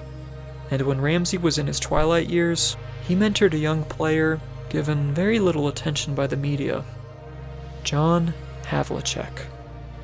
John Joseph Havlicek was born on April 8, 1940, in Martins Ferry, Ohio, but grew up in Lansing. He was the third child of an immigrant father from Czechoslovakia and a mother of Croatian descent. The family operated a grocery store, and even though they struggled to make ends meet, the good thing about being a grocer was that the kids never went hungry. But still, the Havlicek's financial woes meant that young John was excluded from having many of childhood staples. For example, while all the other neighborhood kids had bicycles, John didn't. When he wanted to come play, all the other kids would take off, leaving him behind in the dust. So, John began brainstorming, and he realized what he lacked in practical goods, he could make up for with raw human ability. He started running, and before he knew it, John was keeping up with the kids who raced down the street on bicycles.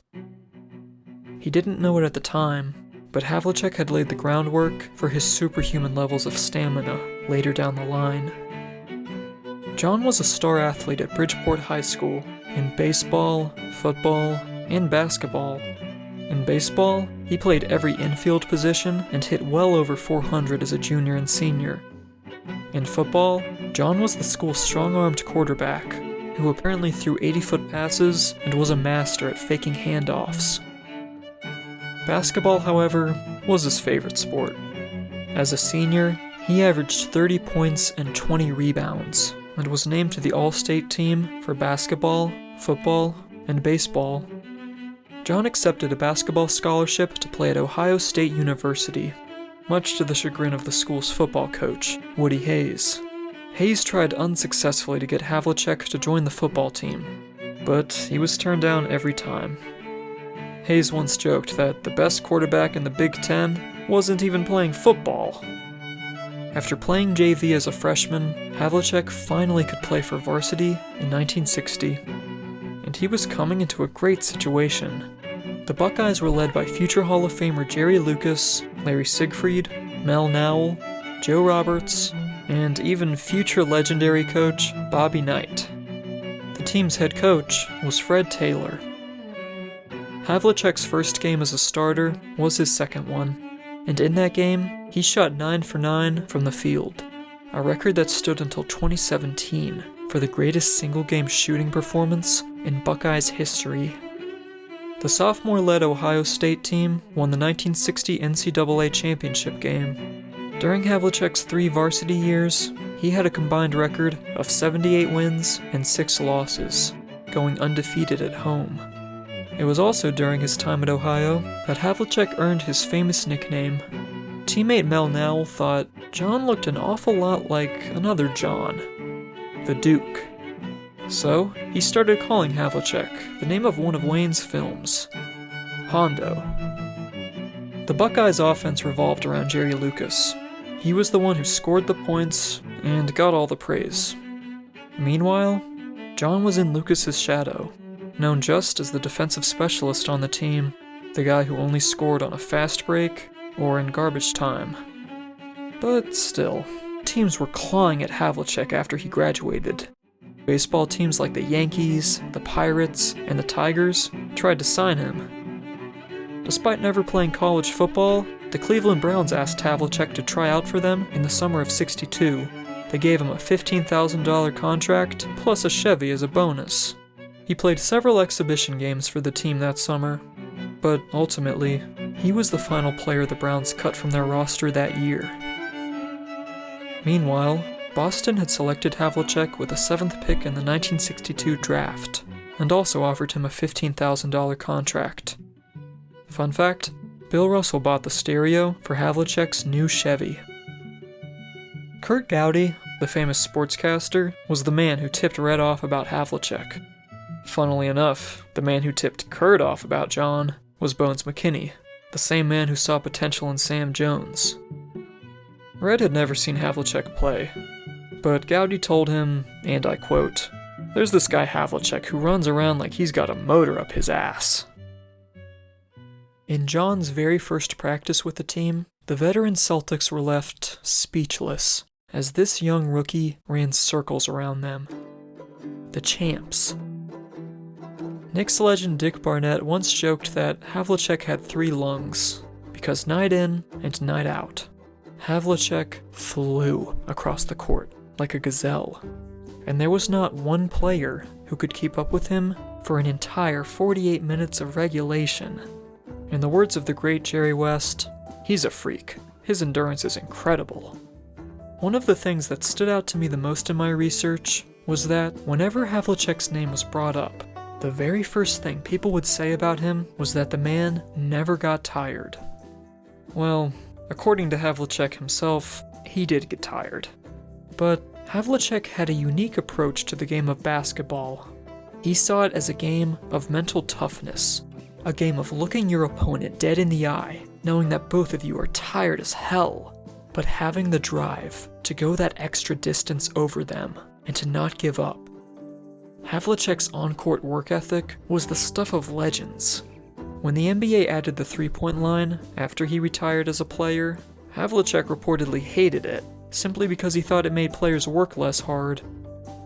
So, as the reigning champions were trying to catch their breath at the first practice of the 1962-63 season, Coach Red stood from the sidelines, laughing up a storm. In those early years, Hondo may have not been the team's best shooter, or the best rebounder, but when he stepped on the floor, there wasn't a single player who was going to outwork John Havlicek. Not a single guy who was going to play with more hustle. Red Auerbach once called Havlicek the measure of what it means to be a Celtic. Havlicek was used much like how Frank Ramsey was used. However, defense was Havlicek's top priority as a 6'5" rookie. Offense came second. Frank Ramsey says the entire team had to yell at him just to take wide open shots. Bob Cousy's only year playing with Havlicek was his final one, and he didn't see much potential in Hondo as an offensive player. Well, in his sophomore season, Havlicek led the Celtics in scoring. A bench player leading the team in scoring is incredibly rare nowadays, let alone 60 years ago. Havlicek thought that there was an art to checking into a basketball game. Most guys, when they were subbed into a game, wasted a few seconds, taking off their warm-up pants or unsnapping their coat. Not Hondo. He never wore warm-up pants, and he never buttoned his warm-up jacket. That way, he could just throw it off and head straight into the game. He would actually sit next to Red Auerbach so he could feel Red's pulse and heartbeat, to get a sense of where his mind was in the game. Following his rookie season, Havlicek would improve every year afterwards. His shooting got better, and he developed into a versatile scorer who didn't just depend on outrunning guys for layups. He turned into quite a capable rebounder and a great ball handler, able to operate as a point forward. He especially saw an uptick in minutes when the playoffs came around. According to Hondo himself, it doesn't matter who starts a game. It matters who finishes it. Havlicek also encouraged Red to sign his former Ohio teammate Larry Siegfried in 1963.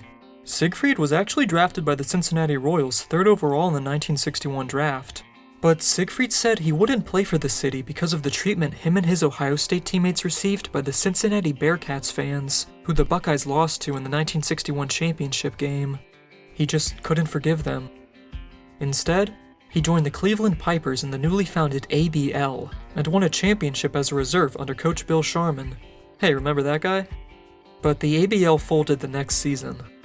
The St. Louis Hawks acquired Siegfried's draft rights, but before the start of the season, the team cut him unexpectedly. Ziggy had gone from a top 3 draft prospect to now out of a job. He didn't really know what to do. But because the Celtics can see things in guys that most people don't, Red gave him a tryout. Fun fact, Havlicek ended up marrying the woman Siegfried dated at Ohio State. He didn't attend the wedding, in case you were curious. By the late 60s, Havlicek began starting games. So, him and Siegfried told Auerbach to sign Don Nelson to the Celtics, to give the team another 6th man. Nelson had been drafted into the league in 1962. He had played with the Chicago Packers and then 2 years with the Lakers before he was cut. LA thought he was too slow, but Red knew if Nelson got an open mid-range shot, he almost never missed. So, he worked to have the team get Nelson that shot. Nelly was also the master of the head fakes. One time, it was claimed that he head faked Wilt 37 times in a row before he finally got him to jump on the 38th attempt. He also drove Wilt crazy because Nelson would cover his hands in stickum to help with his ball grip. For those who don't know, stickum was a glue-like substance athletes would use during this time to try and get an advantage. Well, when Wilt got a hold of the ball after Nelson was through with it, he'd try and do one of his finger rolls to the rim, only to have the ball stay in his hand. It was stuck, because of the stickum. The Celtics were oddballs, but they were family. If you got drafted by Boston, you stayed in Boston. Sure, free agency was not around back then. Player mobility was almost non-existent. But if free agency had been around, I find it very unlikely that the core 8 or 9 players on the team would have left Boston.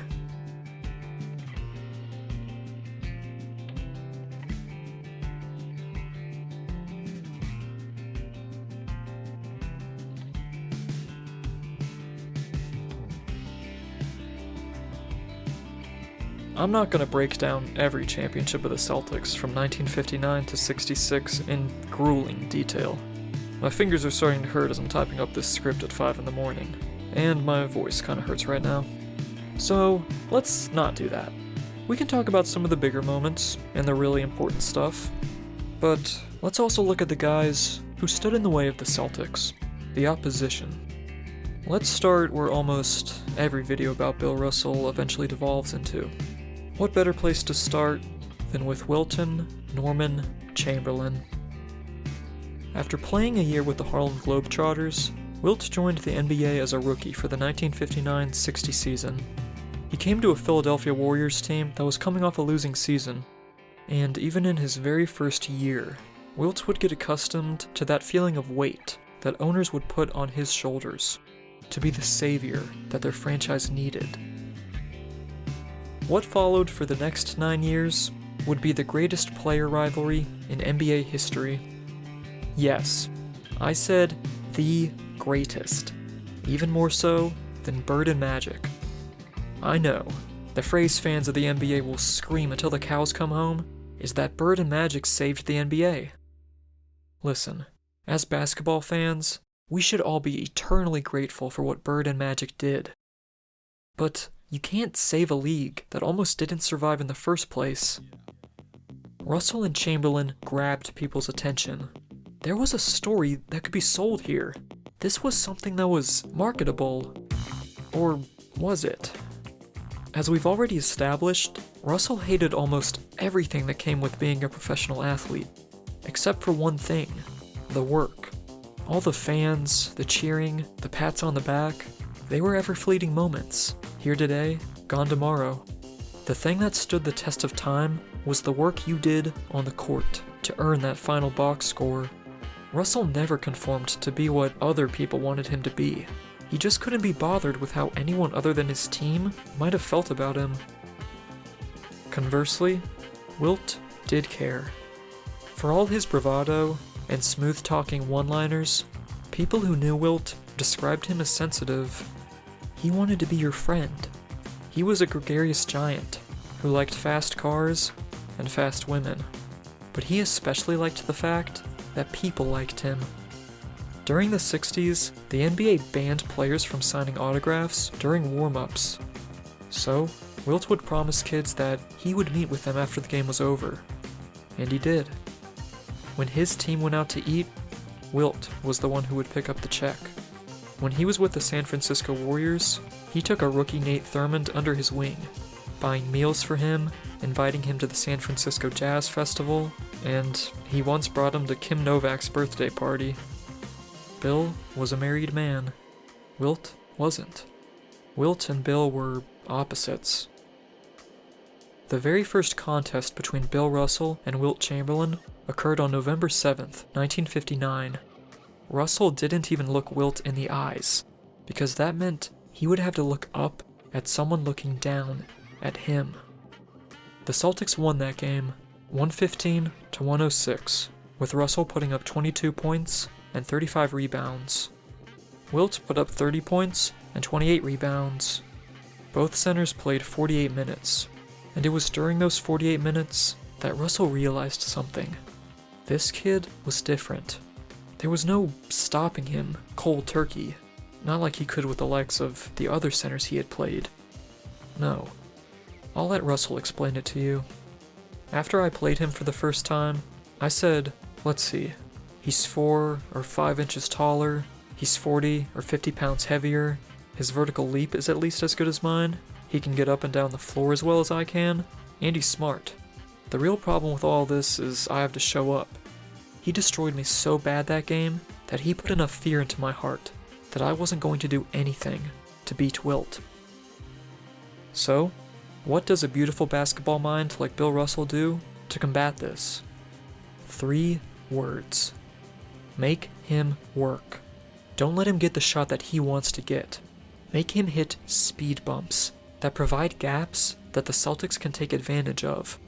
According to Bill Russell, there are 2 types of points that a player can get in basketball: soft points and hard points. Bill tried to make Wilt get soft points. Sure, having someone score 30 or 40 points on you doesn't seem like a good thing. You want to stop that. Why would you want that to happen? Because you can beat a guy if you know that he's going to score 30 or 40. The real enemies are the guys who can sneakily score 10 points. Those are the guys that kill you. But Bill's strategies against Wilt didn't begin and end with the basketball court. Before games, Bill and Wilt would go out to eat with each other. They would spend Thanksgiving together. Bill would spend the night at Wilt's house, and vice versa. They were friends. Or were they? People around the league would try and tell Chamberlain that Russell was only being nice to him so that he wouldn't play as rough with him on the court, that he'd take it easy. In 94 regular season games, Wilt averaged 29.9 points, 28.1 rebounds, and 3.8 assists against Russell. In 49 playoff games, Wilt averaged 25.7 points, 28 rebounds, and 4.1 assists against Russell. Those are pretty impressive averages. But on the screen right now are Wilt's regular season averages from 1960 to 66. Now, here are the averages of Wilt in each of those postseasons. Even in 1964, when he led the playoffs in scoring and field goal percentage, he had a slight dip compared to his regular season points per game average.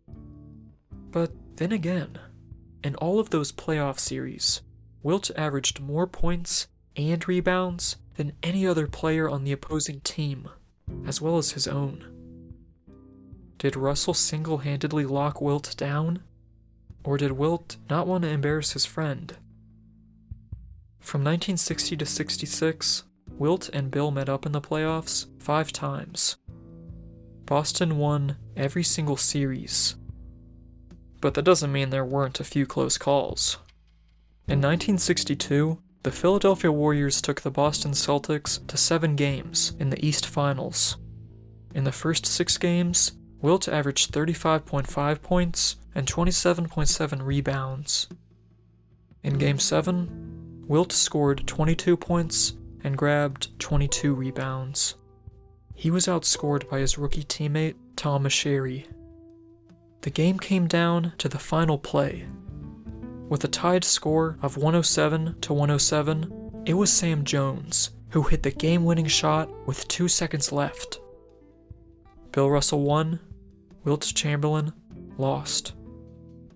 In 1965, Wilt was traded mid-season from the San Francisco Warriors to the Philadelphia 76ers, and he helped them finish with a 40-40 record. Meanwhile, the Celtics had finished with a 62-18 record, their personal best regular season during the dynasty years. The Sixers and Celtics met in the East Finals, and after splitting the difference in 6 games, the series was headed back to Boston Garden for a Game 7. For Wilt and the Sixers, this meant possibly putting an end to the Celtics' championship streak. But for the Celtics, this Game 7 meant much more. On September 7th, 1964, Celtics owner Walter Brown died from a heart attack. Never before had a major Celtics figure met an untimely death. For most of the Boston championships, the team had won them to honor a veteran who had retired and was no longer with the team. First it was Bill Sharman, then Cousy. Before the season had started, the team agreed the 65 championship was for the Brown family, and the Celtics were not going to let Philadelphia get in the way of that. Boston jumped ahead to a dominant 30-12 start in Game 7, much to the delight of the sold-out crowd of 13,909 fans, and with 2 minutes left in the game, the Celtics had a 110-103 lead. But then, Wilt Chamberlain scored the next 6 straight points, the last of which was a dunk, to make it a 110-109 game with 5 seconds left. Trusting no one else to make the inbound pass, Russell took it upon himself to step out of bounds and get the ball to a teammate. But as he made that crucial pass, Russell hit the ball against some guide wire that was placed on the back of the Celtics' goal. The wire had been put up only a few games ago. It wasn't usually there. Hitting that wire made referee Earl Strom blow the whistle. Celtics turnover. Timeout. Philly was going to get to inbound the ball right underneath the basket that they had to score on. Russell hung his head in shame as he walked across the court to get to the Celtics bench. For years, he held the Celtics together. You could depend on Russell. But now, he might have just cost Boston the game. When he got to the team huddle, Russell said, "Man, somebody bail me out. I don't want to be wearing these horns." Red wasn't even there to talk with his team for most of the time out. He was too busy yelling at the refs over the turnover call. But when he finally made it back, all he told the Celtics team was don't foul.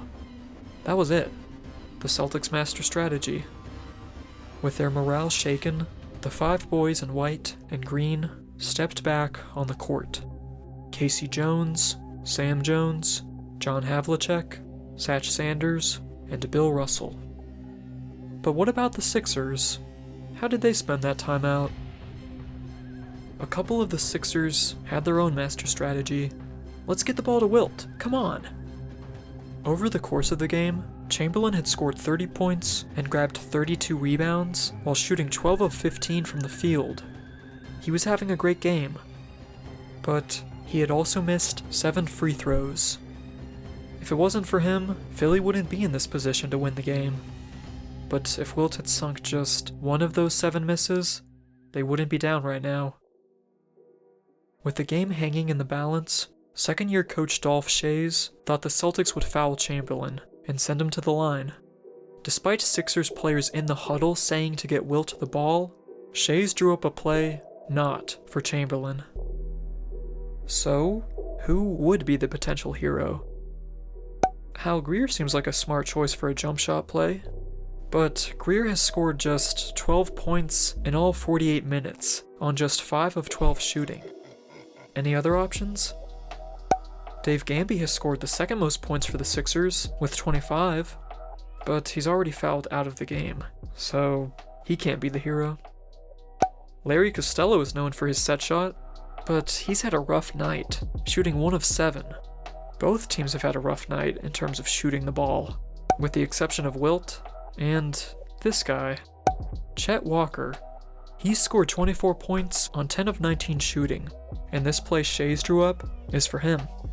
6'9" veteran Johnny Kerr is going into the game, and when he sets a pick, Hal Greer will be able to inbound the ball to Chet Walker for a shot.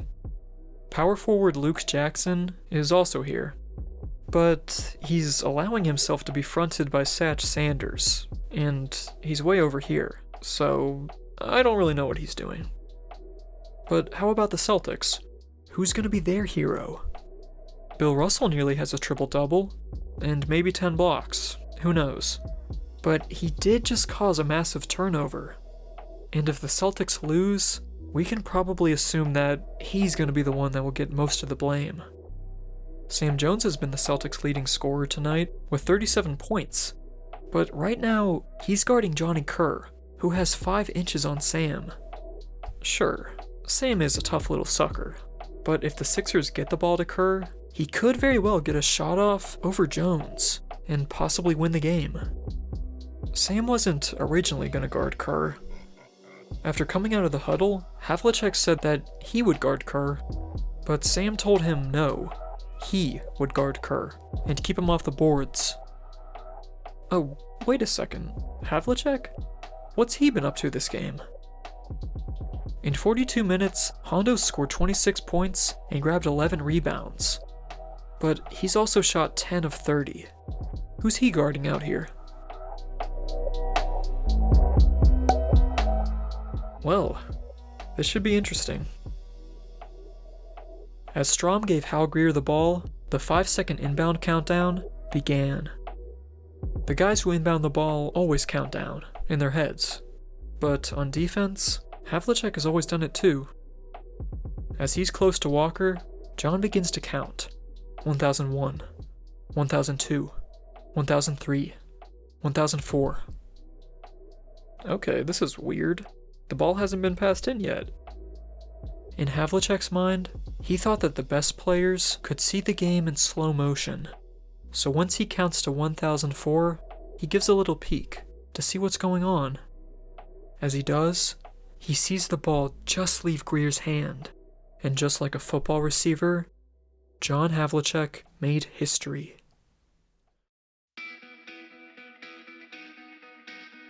Greer's putting the ball on a play. He gets it out deep, and Havlicek steals it over the sand goal. Havlicek stole the ball. It's all over. It's all over. Johnny Havlicek is being mobbed by the fans. Johnny Havlicek stole the ball.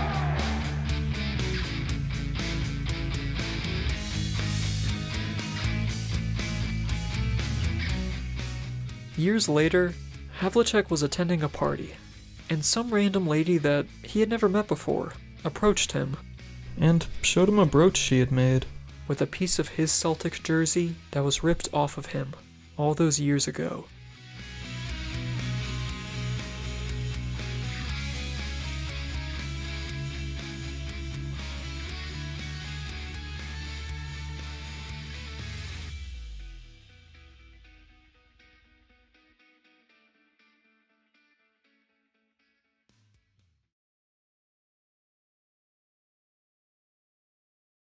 When you look at their careers, Wilt had the scoring numbers and slightly better rebounding numbers.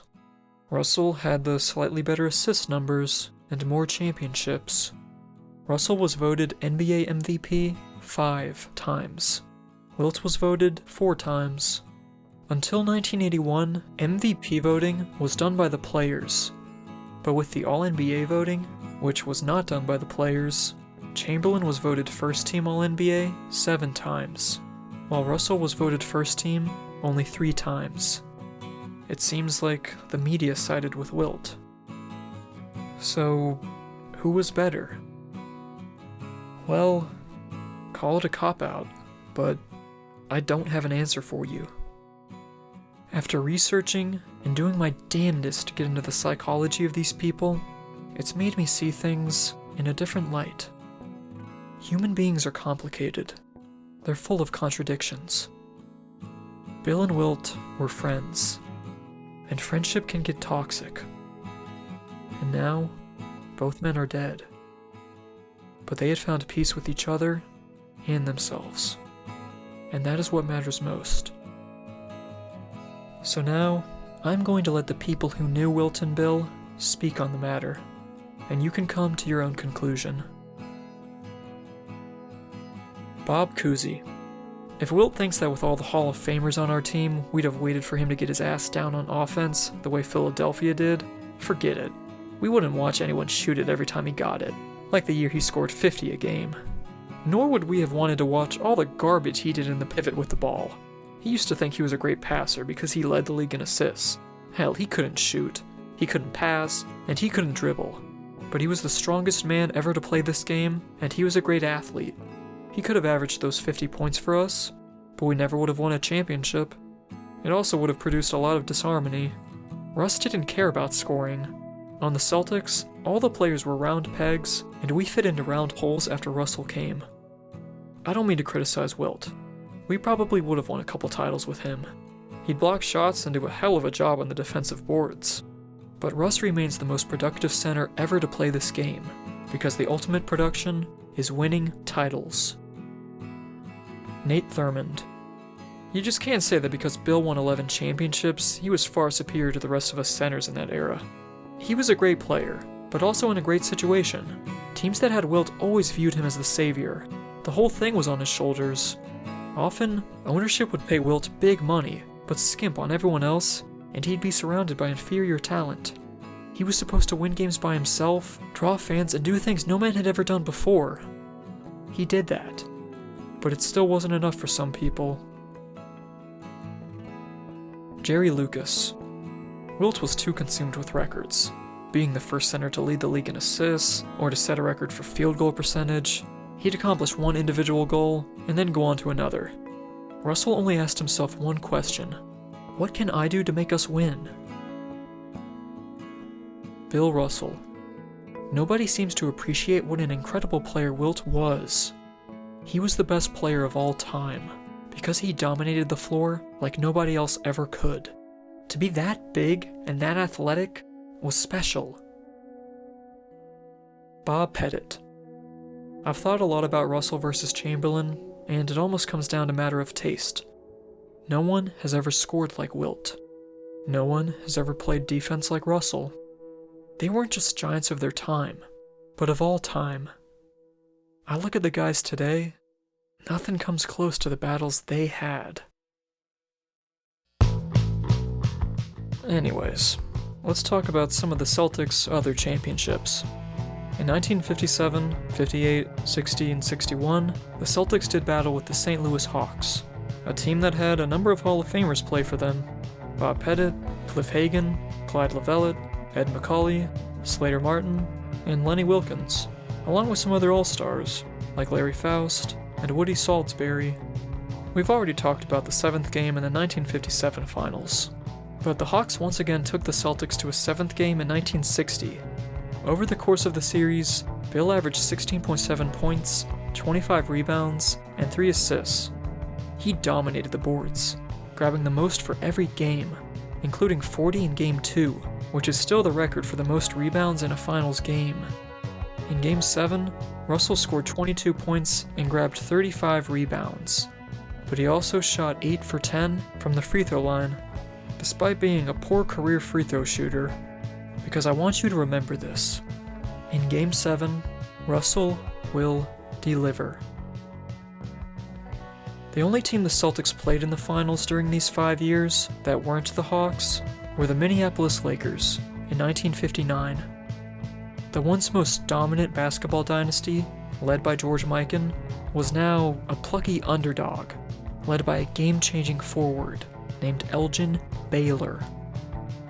After finishing with a franchise worst record in 1958 that would stand for almost 60 years, Baylor was like a gift from heaven for the Lakers. he displayed a level of athleticism and graciousness that no one had ever seen before. On November 8th, 1959, Baylor scored 64 points against the Boston Celtics, despite Red Auerbach doing his very best to stop Baylor from breaking Joe Fulks' NBA record of 63 points. 1 year later, on November 15th, 1960, Baylor once again broke his own record for the highest scoring NBA game when he dropped 71 points on the Knicks. But in the 1959 finals, the Celtics defeated the Lakers in 4 games. Never before had a team been swept in the championship series. 2 seasons later, the Lakers had moved to the City of Angels, and they had drafted a new weapon, Jerome Allen West, Zeke from Cabin Creek, Tweety Bird, or simply Jerry. Whereas Baylor leapt through the air and scored with precision from inside of the paint, West let the ball fly outside of the paint. Jerry could do just about anything, with the exception of one, handling a loss. Which is why it's so unfortunate that he ran into Bill Russell and the Celtics 6 times in the finals. In the words of Jerry himself, "During my career, I had 9 broken noses, 3 broken hands, a broken thumb, a knee injury, and all the other injuries athletes endure. I think every player leaves the game with scars on himself, but all the scars I have come from losing." Elgin and Jerry are great. They deserve the utmost respect. But the Lakers were a star system. Every night, you knew Jerry and Elgin would deliver, but whether they won or lost games depended on if the other guys played decent. The Celtics went 9 players deep. But the most glaring problem with the Lakers was the lack of a real star center. Attempting to make the team deeper, the Lakers brought in shooting guard Frank Selvey for the 61-62 season, thinking he would be a great guard to kick the ball out to with Jerry commanding so much attention. And their theory was right. The Lakers made it all the way to the 1962 finals. In Game 3, Jerry stole an inbound pass and scored a layup just before the sound of the buzzer to give LA the win. In Game 4, Elgin Baylor scored 61 points. Still to this day, the most points ever scored in a finals game. The Lakers had a 3-2 series lead and could have won the championship in Game 6 at home, but the Celtics simply denied them of that. Game 7 back in Boston Garden was a real tough one.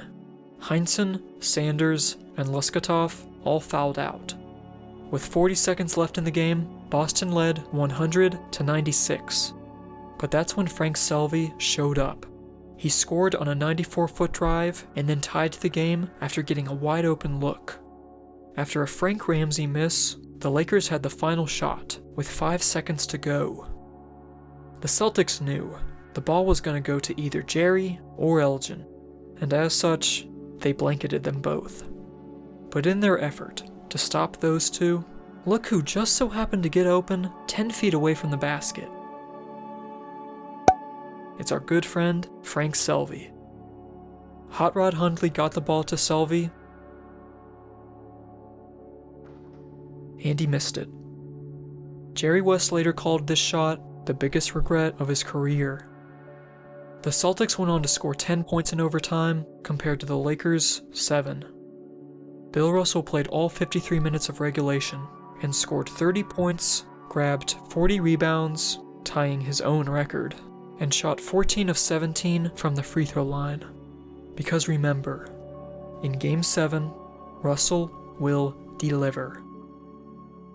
The very next year, the Celtics once again met up with the Lakers in the 1963 finals. This was Bob Cousy's retirement season, and on March 17, 1963, Cousy's number 14 was retired in Boston Garden. Originally supposed to be 5 or 7 minutes, the event lasted 20 minutes because of the heavy emotions everyone was feeling. The ceremony was dubbed the Boston Tear Party by fans. The tension was only broken when one fan shouted out, "We love you, Coos!" 1 month later, In the fourth quarter of Game 6 of the finals, Cousy tripped and sprained his ankle. He had to go out. Meanwhile, the Lakers were keeping with the Celtics every step of the way. Cousy knew that if the series went to a Game 7, he wasn't going to be able to play. So he went back out on the court with 5 minutes to go and led Boston to their 5th straight championship. The 1963 Celtics were the first NBA championship team to go to the White House and meet the president. The only player not in attendance that day was Bill Russell, because he overslept.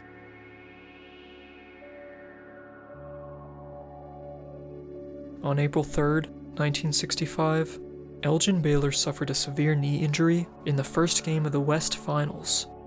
The injury took him out of the rest of the playoffs, which left Jerry West and the Lakers at the mercy of the Celtics in the 1965 Finals. They were defeated in 5 games. Heinsohn retired after winning his 7th championship due to foot injuries. Although Elgin Baylor returned to the court the following season, the knee injury had clearly affected his game, and it would continue to for the rest of his career. Nevertheless, the Lakers made it back to the 1966 Finals. The Celtics were also back. But this time, things were a little different. Before the start of the 65-66 season, Red Auerbach announced he was stepping down as head coach after the season was over. He would still serve as team president and general manager, but the workload of doing 6 different people's jobs for almost 2 decades straight had gotten to him. Russell begged him, please don't step down, but Red had already made up his mind. This was to be his last dance. But who was to be named the Celtics' new head coach? Frank Ramsey? No, he was too busy running nursing homes. Bob Cousy? No, he said he didn't want to coach his former teammates. Tom Heinsohn? Nah, he said he didn't think he could handle Russell. He didn't think anyone could, for that matter. Nobody except Russell could handle Russell, it seemed. Hey, wait a minute now. Why not make Russell the head coach? Yeah, that just might work. Who could motivate Russell more than Russell?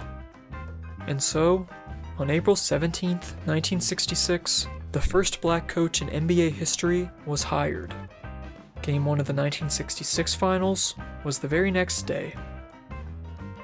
For the first time in Russell's career, the Celtics did not finish as the top seed in the East. But that didn't stop them from beating the Cincinnati Royals 3-2, and then the Sixers 4-1.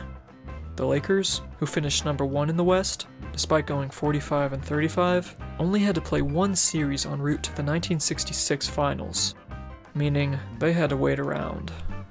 The Celtics came in as clearly the sharper team, as they jumped ahead to a 3-1 series lead.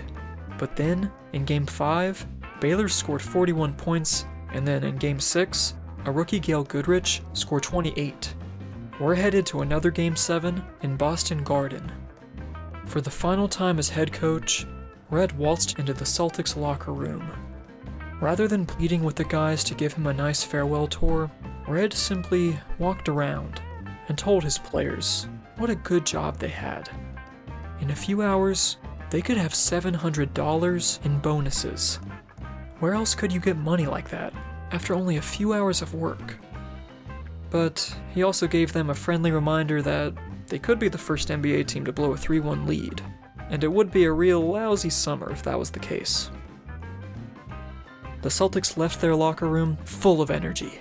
They got off to a 10-0 start, and by the third quarter, they led by 19 points. With 16 seconds left in the game, Boston led 95-89. For his final time as Celtics head coach, Red Auerbach whipped out that victory cigar, and he even got Massachusetts Governor John Volpe to help him light it. But suddenly, the Lakers made a desperate push right at the end, scoring 4 points to make it 95-93. With 4 seconds remaining, the Celtics got the ball to Casey Jones, who dribbled out the clock to give Boston their 8th consecutive championship. Out of all of his performances in his 11 championship finals, 1966 might just be Bill Russell's personal best. He led the team in scoring with 23.6 points and 24.3 rebounds on 53.8% shooting. In Game 7, he scored 25 points, grabbed 32 rebounds, and he went 5 for 5 from the free throw line. Because in Game 7, Russell will deliver.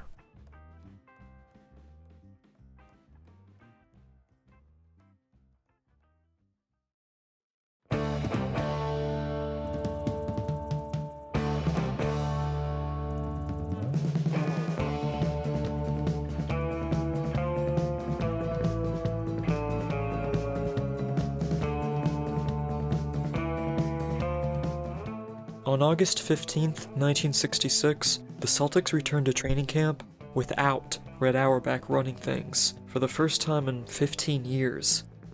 Nevertheless, Russell arrived at the practice facility and stepped onto the gym floorboards, looking cool as a cucumber. Maybe it was because he hadn't given much thought towards how the semantics of Bill Russell the player and Bill Russell the coach would work. That entire offseason, Russell paid no mind to what his first day as coach would even look like. So, he was going to treat this one like he always had, as a player first and foremost. And the rest of it, he would play by ear. Russell was fortunate enough to be surrounded by a team of veterans, so he didn't have to explain everything. And he was also fortunate because they all wanted to win as badly as he did, which raised an important question. Who would Russell name as the captain? You might have expected Sam Jones to be the player Russell chose, but Sam would go into strange moods where he would refuse to shoot because he said his feet were cold. No one, not even Red, could really figure out a solution for this. When Sam said that, you just kinda had to shake your head and wait for it to pass. By 1966, John Havlicek had blossomed into a bona fide star, and his conservative personality made him liked by pretty much everyone on the team. As such, Bill Russell chose him to be the captain. Bill and John were quite similar in their approach to the game. They both knew that winning was the most important thing, but they never let emotions ruin the relationships they had on the court. They remained calm and collected on the outside, and let their games speak for themselves. They had the utmost respect for each other. One day, Russell came in wearing a nice scarf. Havlicek complimented him on it. Bill told John where he could get one for himself, but John just shook his head and said no. You had to be tall to wear a scarf like that. The two of them nodded like this was some deep philosophical statement. Even though Havlicek was 6'5", he felt he wasn't tall enough to wear a scarf. Which begs the question, what height do you have to be to look good in a scarf? 6'7"? 8? 9? Even though Red was gone, the Celtics played pretty well without him. In fact, in 1967, the Celtics finished with a 60-21 record, better than the 54-26 record they had in 1966.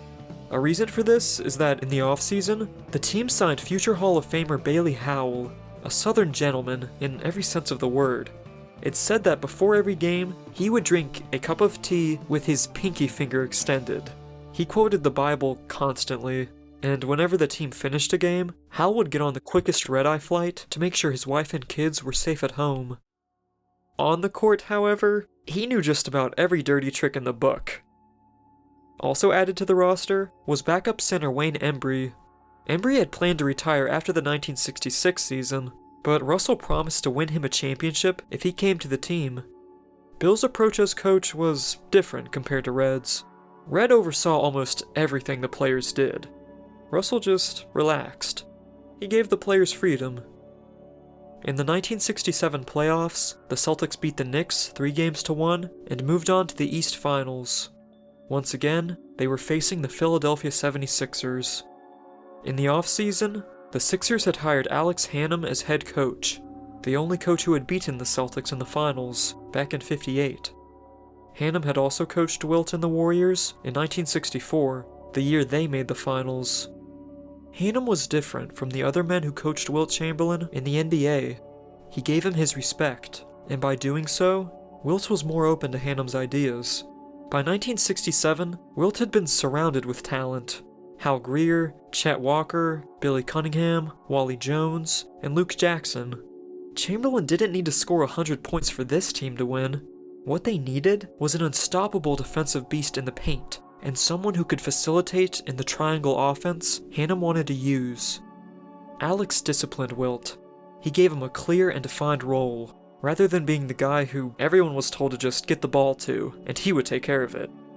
As a more selective scorer, Chamberlain's efficiency skyrocketed. What do you get when you put all that together? Well, you get a dangerous jump shooting team with no main player to shut down. Huh, where have we seen that before? You get a 68-13 record, the greatest regular season record at that time. And before the Celtics even knew what hit them, the Sixers had beaten them in 3 straight games in the East Finals. Boston was able to win Game 4 thanks to Sam and Havlicek, but Game 5 ended with a Celtics defeat, 116-140. Fans screamed enchanted from the gallery that the Celtics were finally dead. Wilt Chamberlain averaged a triple-double over the course of the series. It was a crushing defeat. The worst part about it was you couldn't blame it on a serious injury or a freak occurrence. The Sixers won, and the Celtics lost. This experience changed Russell's view on coaching. Once training camp started for the 67-68 season, Bill came clean with the rest of the guys. He had been stubborn last year. He just didn't want to admit it. This season would be different. He was going to swallow his pride and ask the players for help. Their guidance, their wisdom. He was asking everyone on the team to become a coach. After the season had started and the Celtics had lost a string of games, Russell called a team meeting. He asked what the issue was. Nobody said anything at first. So, Russell reiterated. He asked what was on everybody's mind. At that moment, little Larry Siegfried stood up and began tearing people to shreds, going player by player. No one was safe, not even Russell. After Siegfried was done, nobody said a word. The meeting was adjourned. Throughout the 1967-68 regular season, the Celtics took a more active role in managing things in-game. Veterans who were on the bench would keep track of the fouls and timeouts, since Bill and John usually couldn't do it. Russell began talking a lot more with Red Auerbach that second year, both to ask for advice and call him out on certain things. Before the start of the 67-68 season, Russell noticed that Havlicek was bummed out over something. John was never one to draw much attention to himself, so Bill had to ask him, "What's up?" Honda was upset because, apparently, Red had intimidated him into signing a contract that was worth less than what he wanted. Bill went to Red and got him to apologize to Havlicek. All Russell asked for was that Red didn't mention that it was really because of Bill that Havlicek was getting this new contract. The Celtics rematched with the 76ers in the 1968 East Finals. Although, one crucial piece that the Sixers were missing was Hall of Fame sixth man, Billy Cunningham, because in the first round versus the Knicks, Cunningham broke his right wrist, so he was out for the rest of the playoffs. But the bigger issue on everyone's mind didn't have to do with basketball at all. On April 4th, 1968, Dr. Martin Luther King Jr. was assassinated in Memphis, Tennessee. Game 1 of the East Finals was set to start the very next night, on April 5th. Bill Russell hadn't slept a wink once he had heard the news. His mind was racing. In the early afternoon of April 5th, with the game tip-off only a few hours away, Russell called Chamberlain. While not as much at the forefront of civil rights as Russell was, Chamberlain too was crushed over the death and thought something had to be done. On the phone, both of them agreed that they did not want to play in Game 1. Postponing the series in honor of Dr. King seemed like the right thing to do, for them. So, Bill and Wilt brought the idea to their respective teams, asking what everyone else wanted to do. Some voted not to play, some voted to play, and some didn't vote at all. But against the will of Bill and Wilt, Game 1 of the 1968 East Finals went on as scheduled. the Celtics won.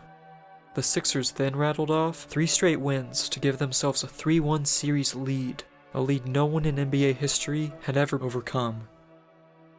But call it Celtic mystique, Celtic magic, you can even say there was a leprechaun hiding up there in the rafters. Whatever you like. But Boston won the next 3 games straight to win the series and return to the finals. In Game 7, Chamberlain only attempted 2 shots in the final 24 minutes. Because remember, in Game 7, Russell will deliver. In the 1968 finals, the Celtics once again met up with the Los Angeles Lakers. In the 6 games of the series, a total of 293 minutes were played.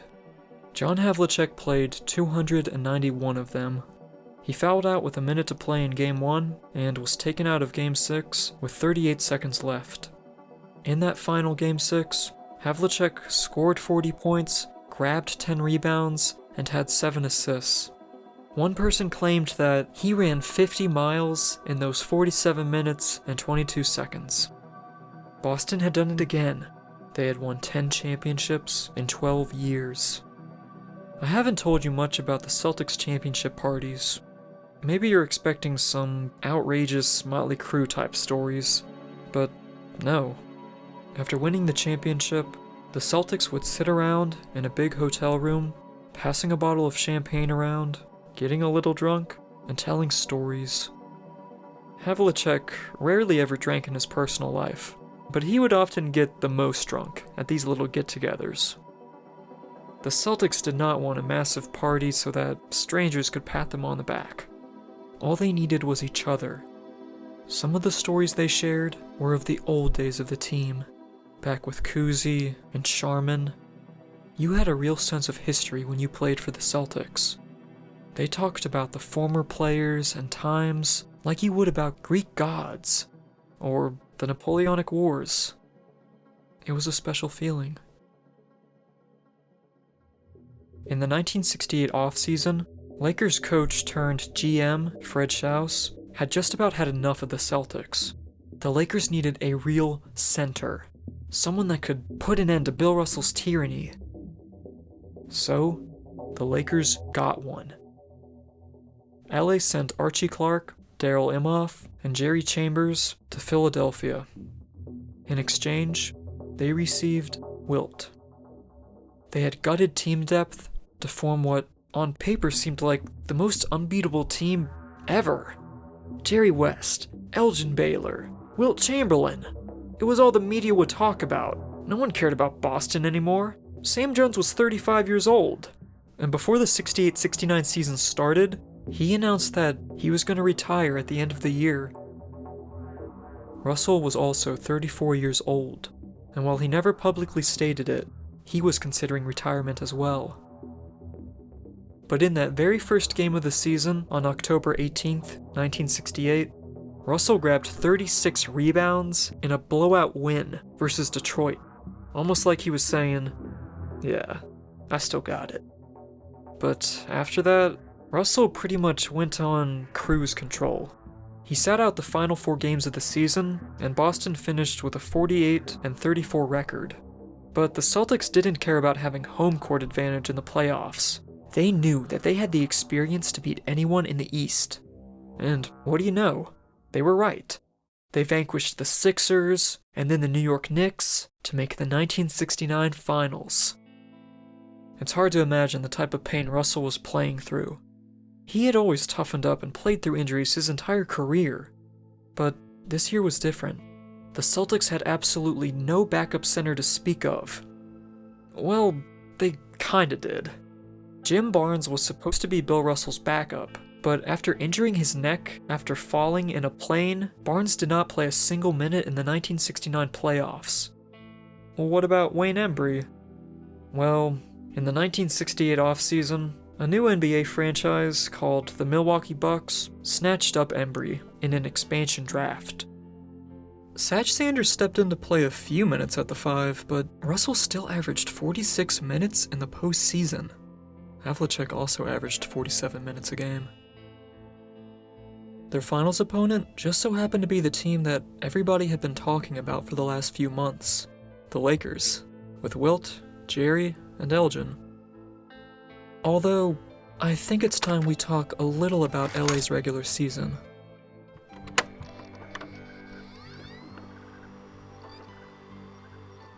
You might imagine that the Big Three would win this series easily, but there's important context to examine first. For one, Elgin Baylor was 34 years old and still recovering from knee pains. Now, to his credit, after his injury in '65, a serious knee operation, and then a torn Achilles, he was still able to put up all-star numbers. But he wasn't the Elgin who flew through the air effortlessly 10 or even 5 years ago. And then, there's the coach, Butch Van Bredikoff. Butch was the first coach the Lakers hired after Fred Schaus stepped down from the position. He was hired because new Lakers owner Jack Kent Cooke had seen a Sports Illustrated magazine that displayed Princeton star Bill Bradley on the cover. Cooke asked Schaus who the head coach was at Princeton, and that led to Butch getting an interview and then the job. And to his credit, after coming off a losing season in '67, Butch was able to lead the Lakers back to the finals in 1968. He had brought his Princeton offense to the NBA. For those who don't know, the Princeton offense, like a lot of college offenses, is guard-oriented. It uses a lot of screens and cuts, and relies on having the center stand in the high post, rather than on one of the low blocks or in the paint.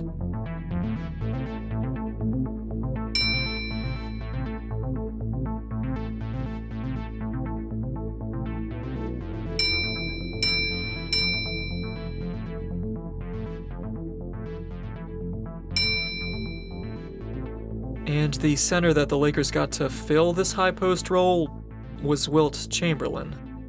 Butch wanted arguably the greatest rebounder of all time to be pulled away from the basket, making it harder for him to get rebounds. Wilt Chamberlain. Someone who had anchored the defense on a jump shooting championship team with his all-time great shot blocking was now going to have to move out of the paint. Someone who had stopped scoring on as much high volume as he once had, but had become the league leader in field goal efficiency for the last 3 straight years, was going to have to move out of the paint so that an Elgin Baylor, who had lost a step or two of athleticism, could drive to the hole, diminishing Wilt's role even further. And to put icing on the cake, someone who had led the league in assists in 1968 as a center was not even going to be the primary facilitator on this Lakers team.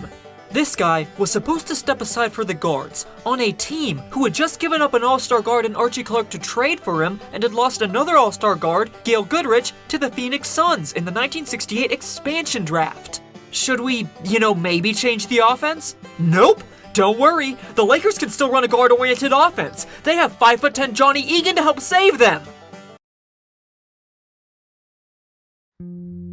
Wilt hated Butch. I know that might sound hyperbolic, but it's really not. Their beef started before they even met each other.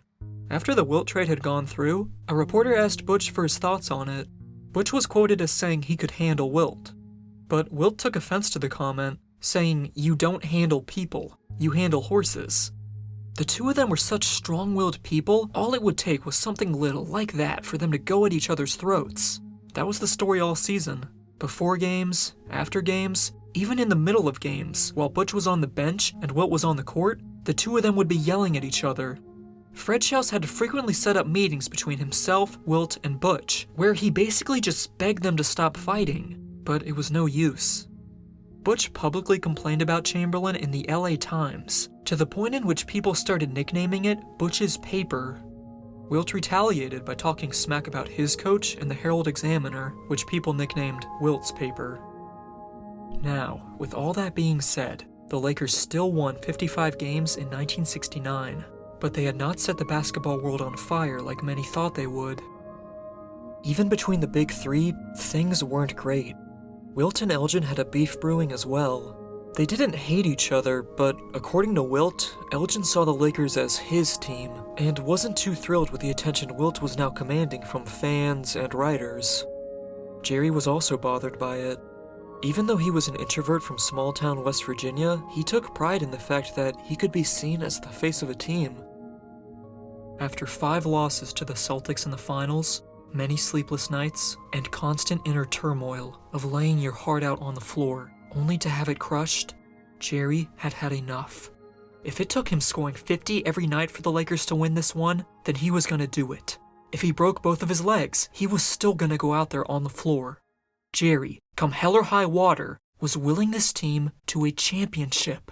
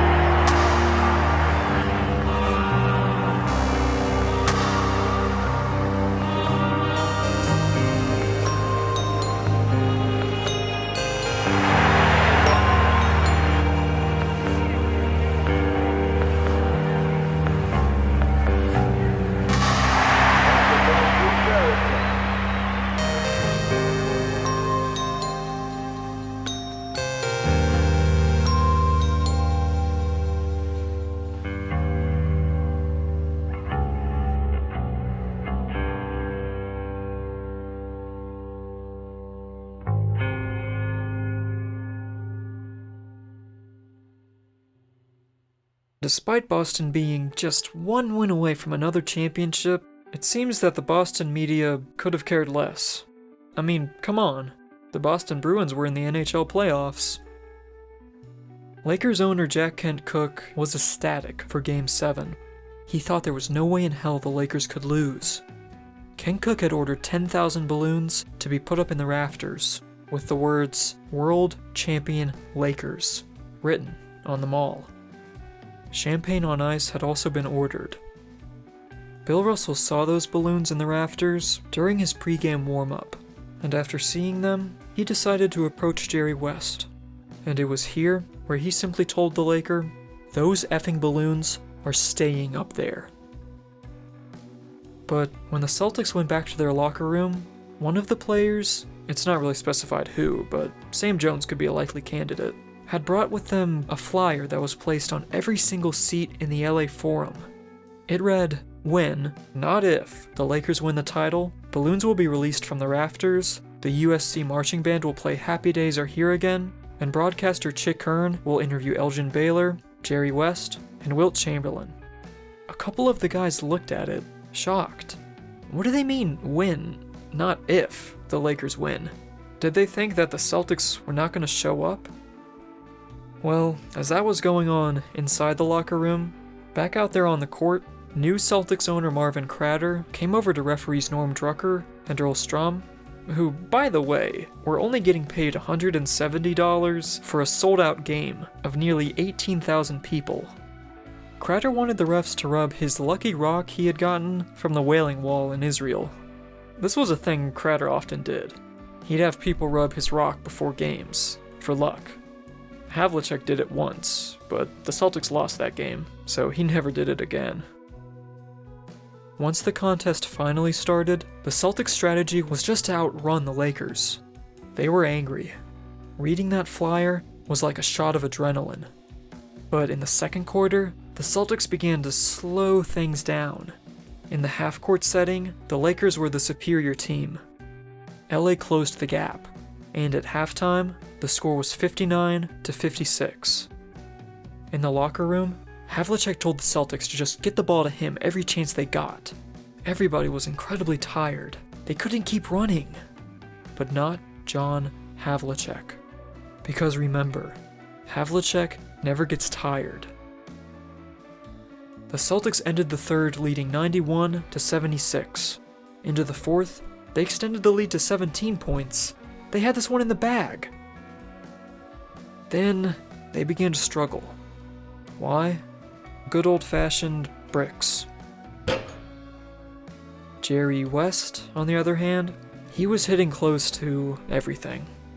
And then things went from bad to worse when Sam Jones fouled out. But the Celtics were still maintaining a lead, 103-94. With just a little over 5 minutes left in the game, Wilt went up for a rebound. But when he came down, he fell awkwardly.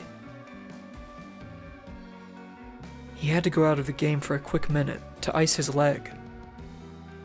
Backup Lakers center Mel Counts, and former Celtics champion, as well I might add, checked in. Chamberlain didn't know it at the time, but he had torn part of his patella tendon. So after just a minute of being out, Wilt asked Butch to put him back in the game. Butch ignored him. Meanwhile, on the court, Jerry West wasn't giving up. He wasn't going to let the Lakers lose again. He refused to let it happen. The Lakers hauled off 8 straight points to make it a 103-102 game, with 2 minutes left. Back on the bench, Wilt once again asked Butch to put him back in the game. Wilt was told to shut up, and that the team didn't need him. Owner Jack Kent Cooke came down to the bench a bit later, and he asked why Wilt wasn't in the game. Butch told him to buzz off. The score was still 103-102, and every second on the clock felt like an hour. The Celtics just couldn't get anything done. With the shot clock winding down, Havlicek was dribbling the ball towards the middle of the lane. He had beaten his man Keith Erickson, but after switching to his left hand, Erickson poked the ball loose from behind. The ball ended up in the hands of Don Nelson, who was standing at the free throw line. With a second left on the shot clock, Nelson had no choice.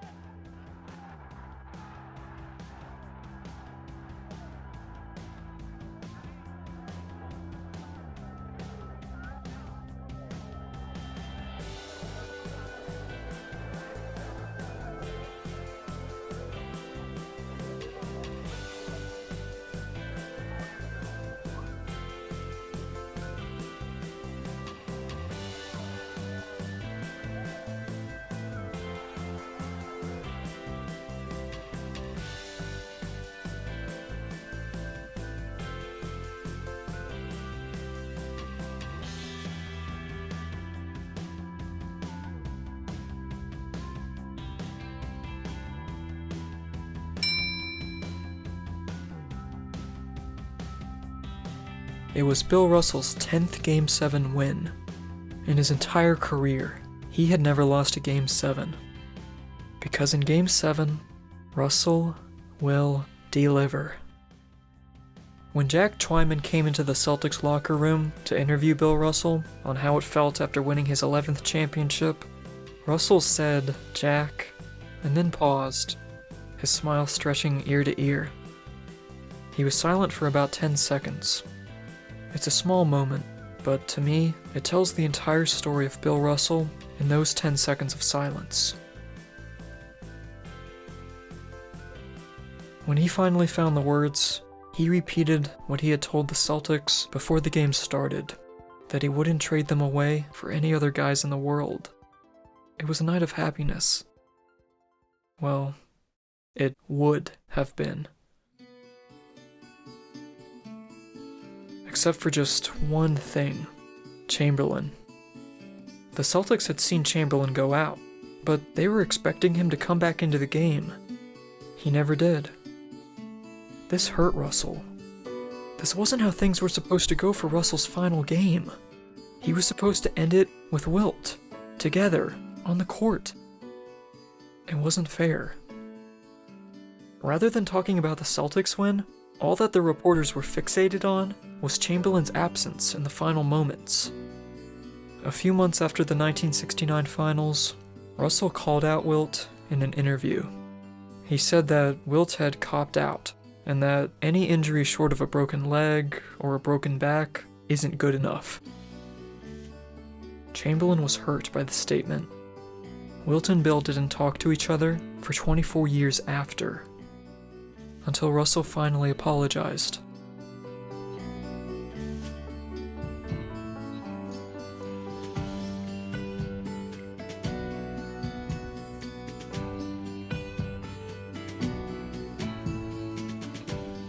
No one was expecting Russell to retire after the 1969 season. He had made no public comments on the matter that would even hint at that, and he just won another championship. Why not win another? But Bill was exhausted. On the basketball court, he had always lived under an intense amount of pressure. Off the basketball court, he had always lived under an intense amount of pressure. After 13 years, he just couldn't do it anymore. He sold his retirement story to Sports Illustrated for $10,000. Boston no longer had a center or a coach. The team missed the 1970 playoffs as a result. To this day, the 1970 Celtics are the only reigning NBA champion to miss the playoffs. The fans were furious. Not only had Russell blown them off at the 1969 Boston Championship celebration, he retired with a year still left on his contract. You could say he sold out. I mean, he literally did sell his retirement story. But at the same time, Russell retired the same way he had always lived, by doing things his way. That's what it takes to be a Celtic. That's the reason they won 11 championships in 13 years. Because they did things their way. No human is immortal. We all have to step away from this life, sooner or later. Many of the people who were a part of the Celtics dynasty already have. But I'm sure that wherever they've ended up, they've found each other and are now playing that great game in the sky. I guess that's what we're all playing for in the end.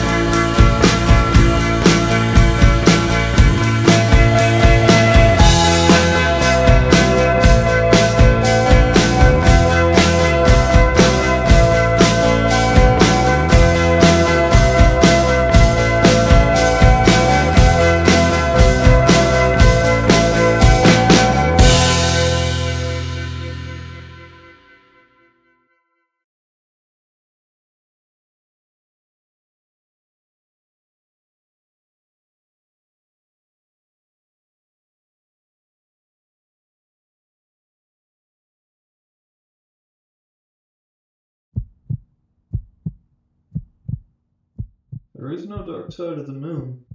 Matter of fact, it's all dark.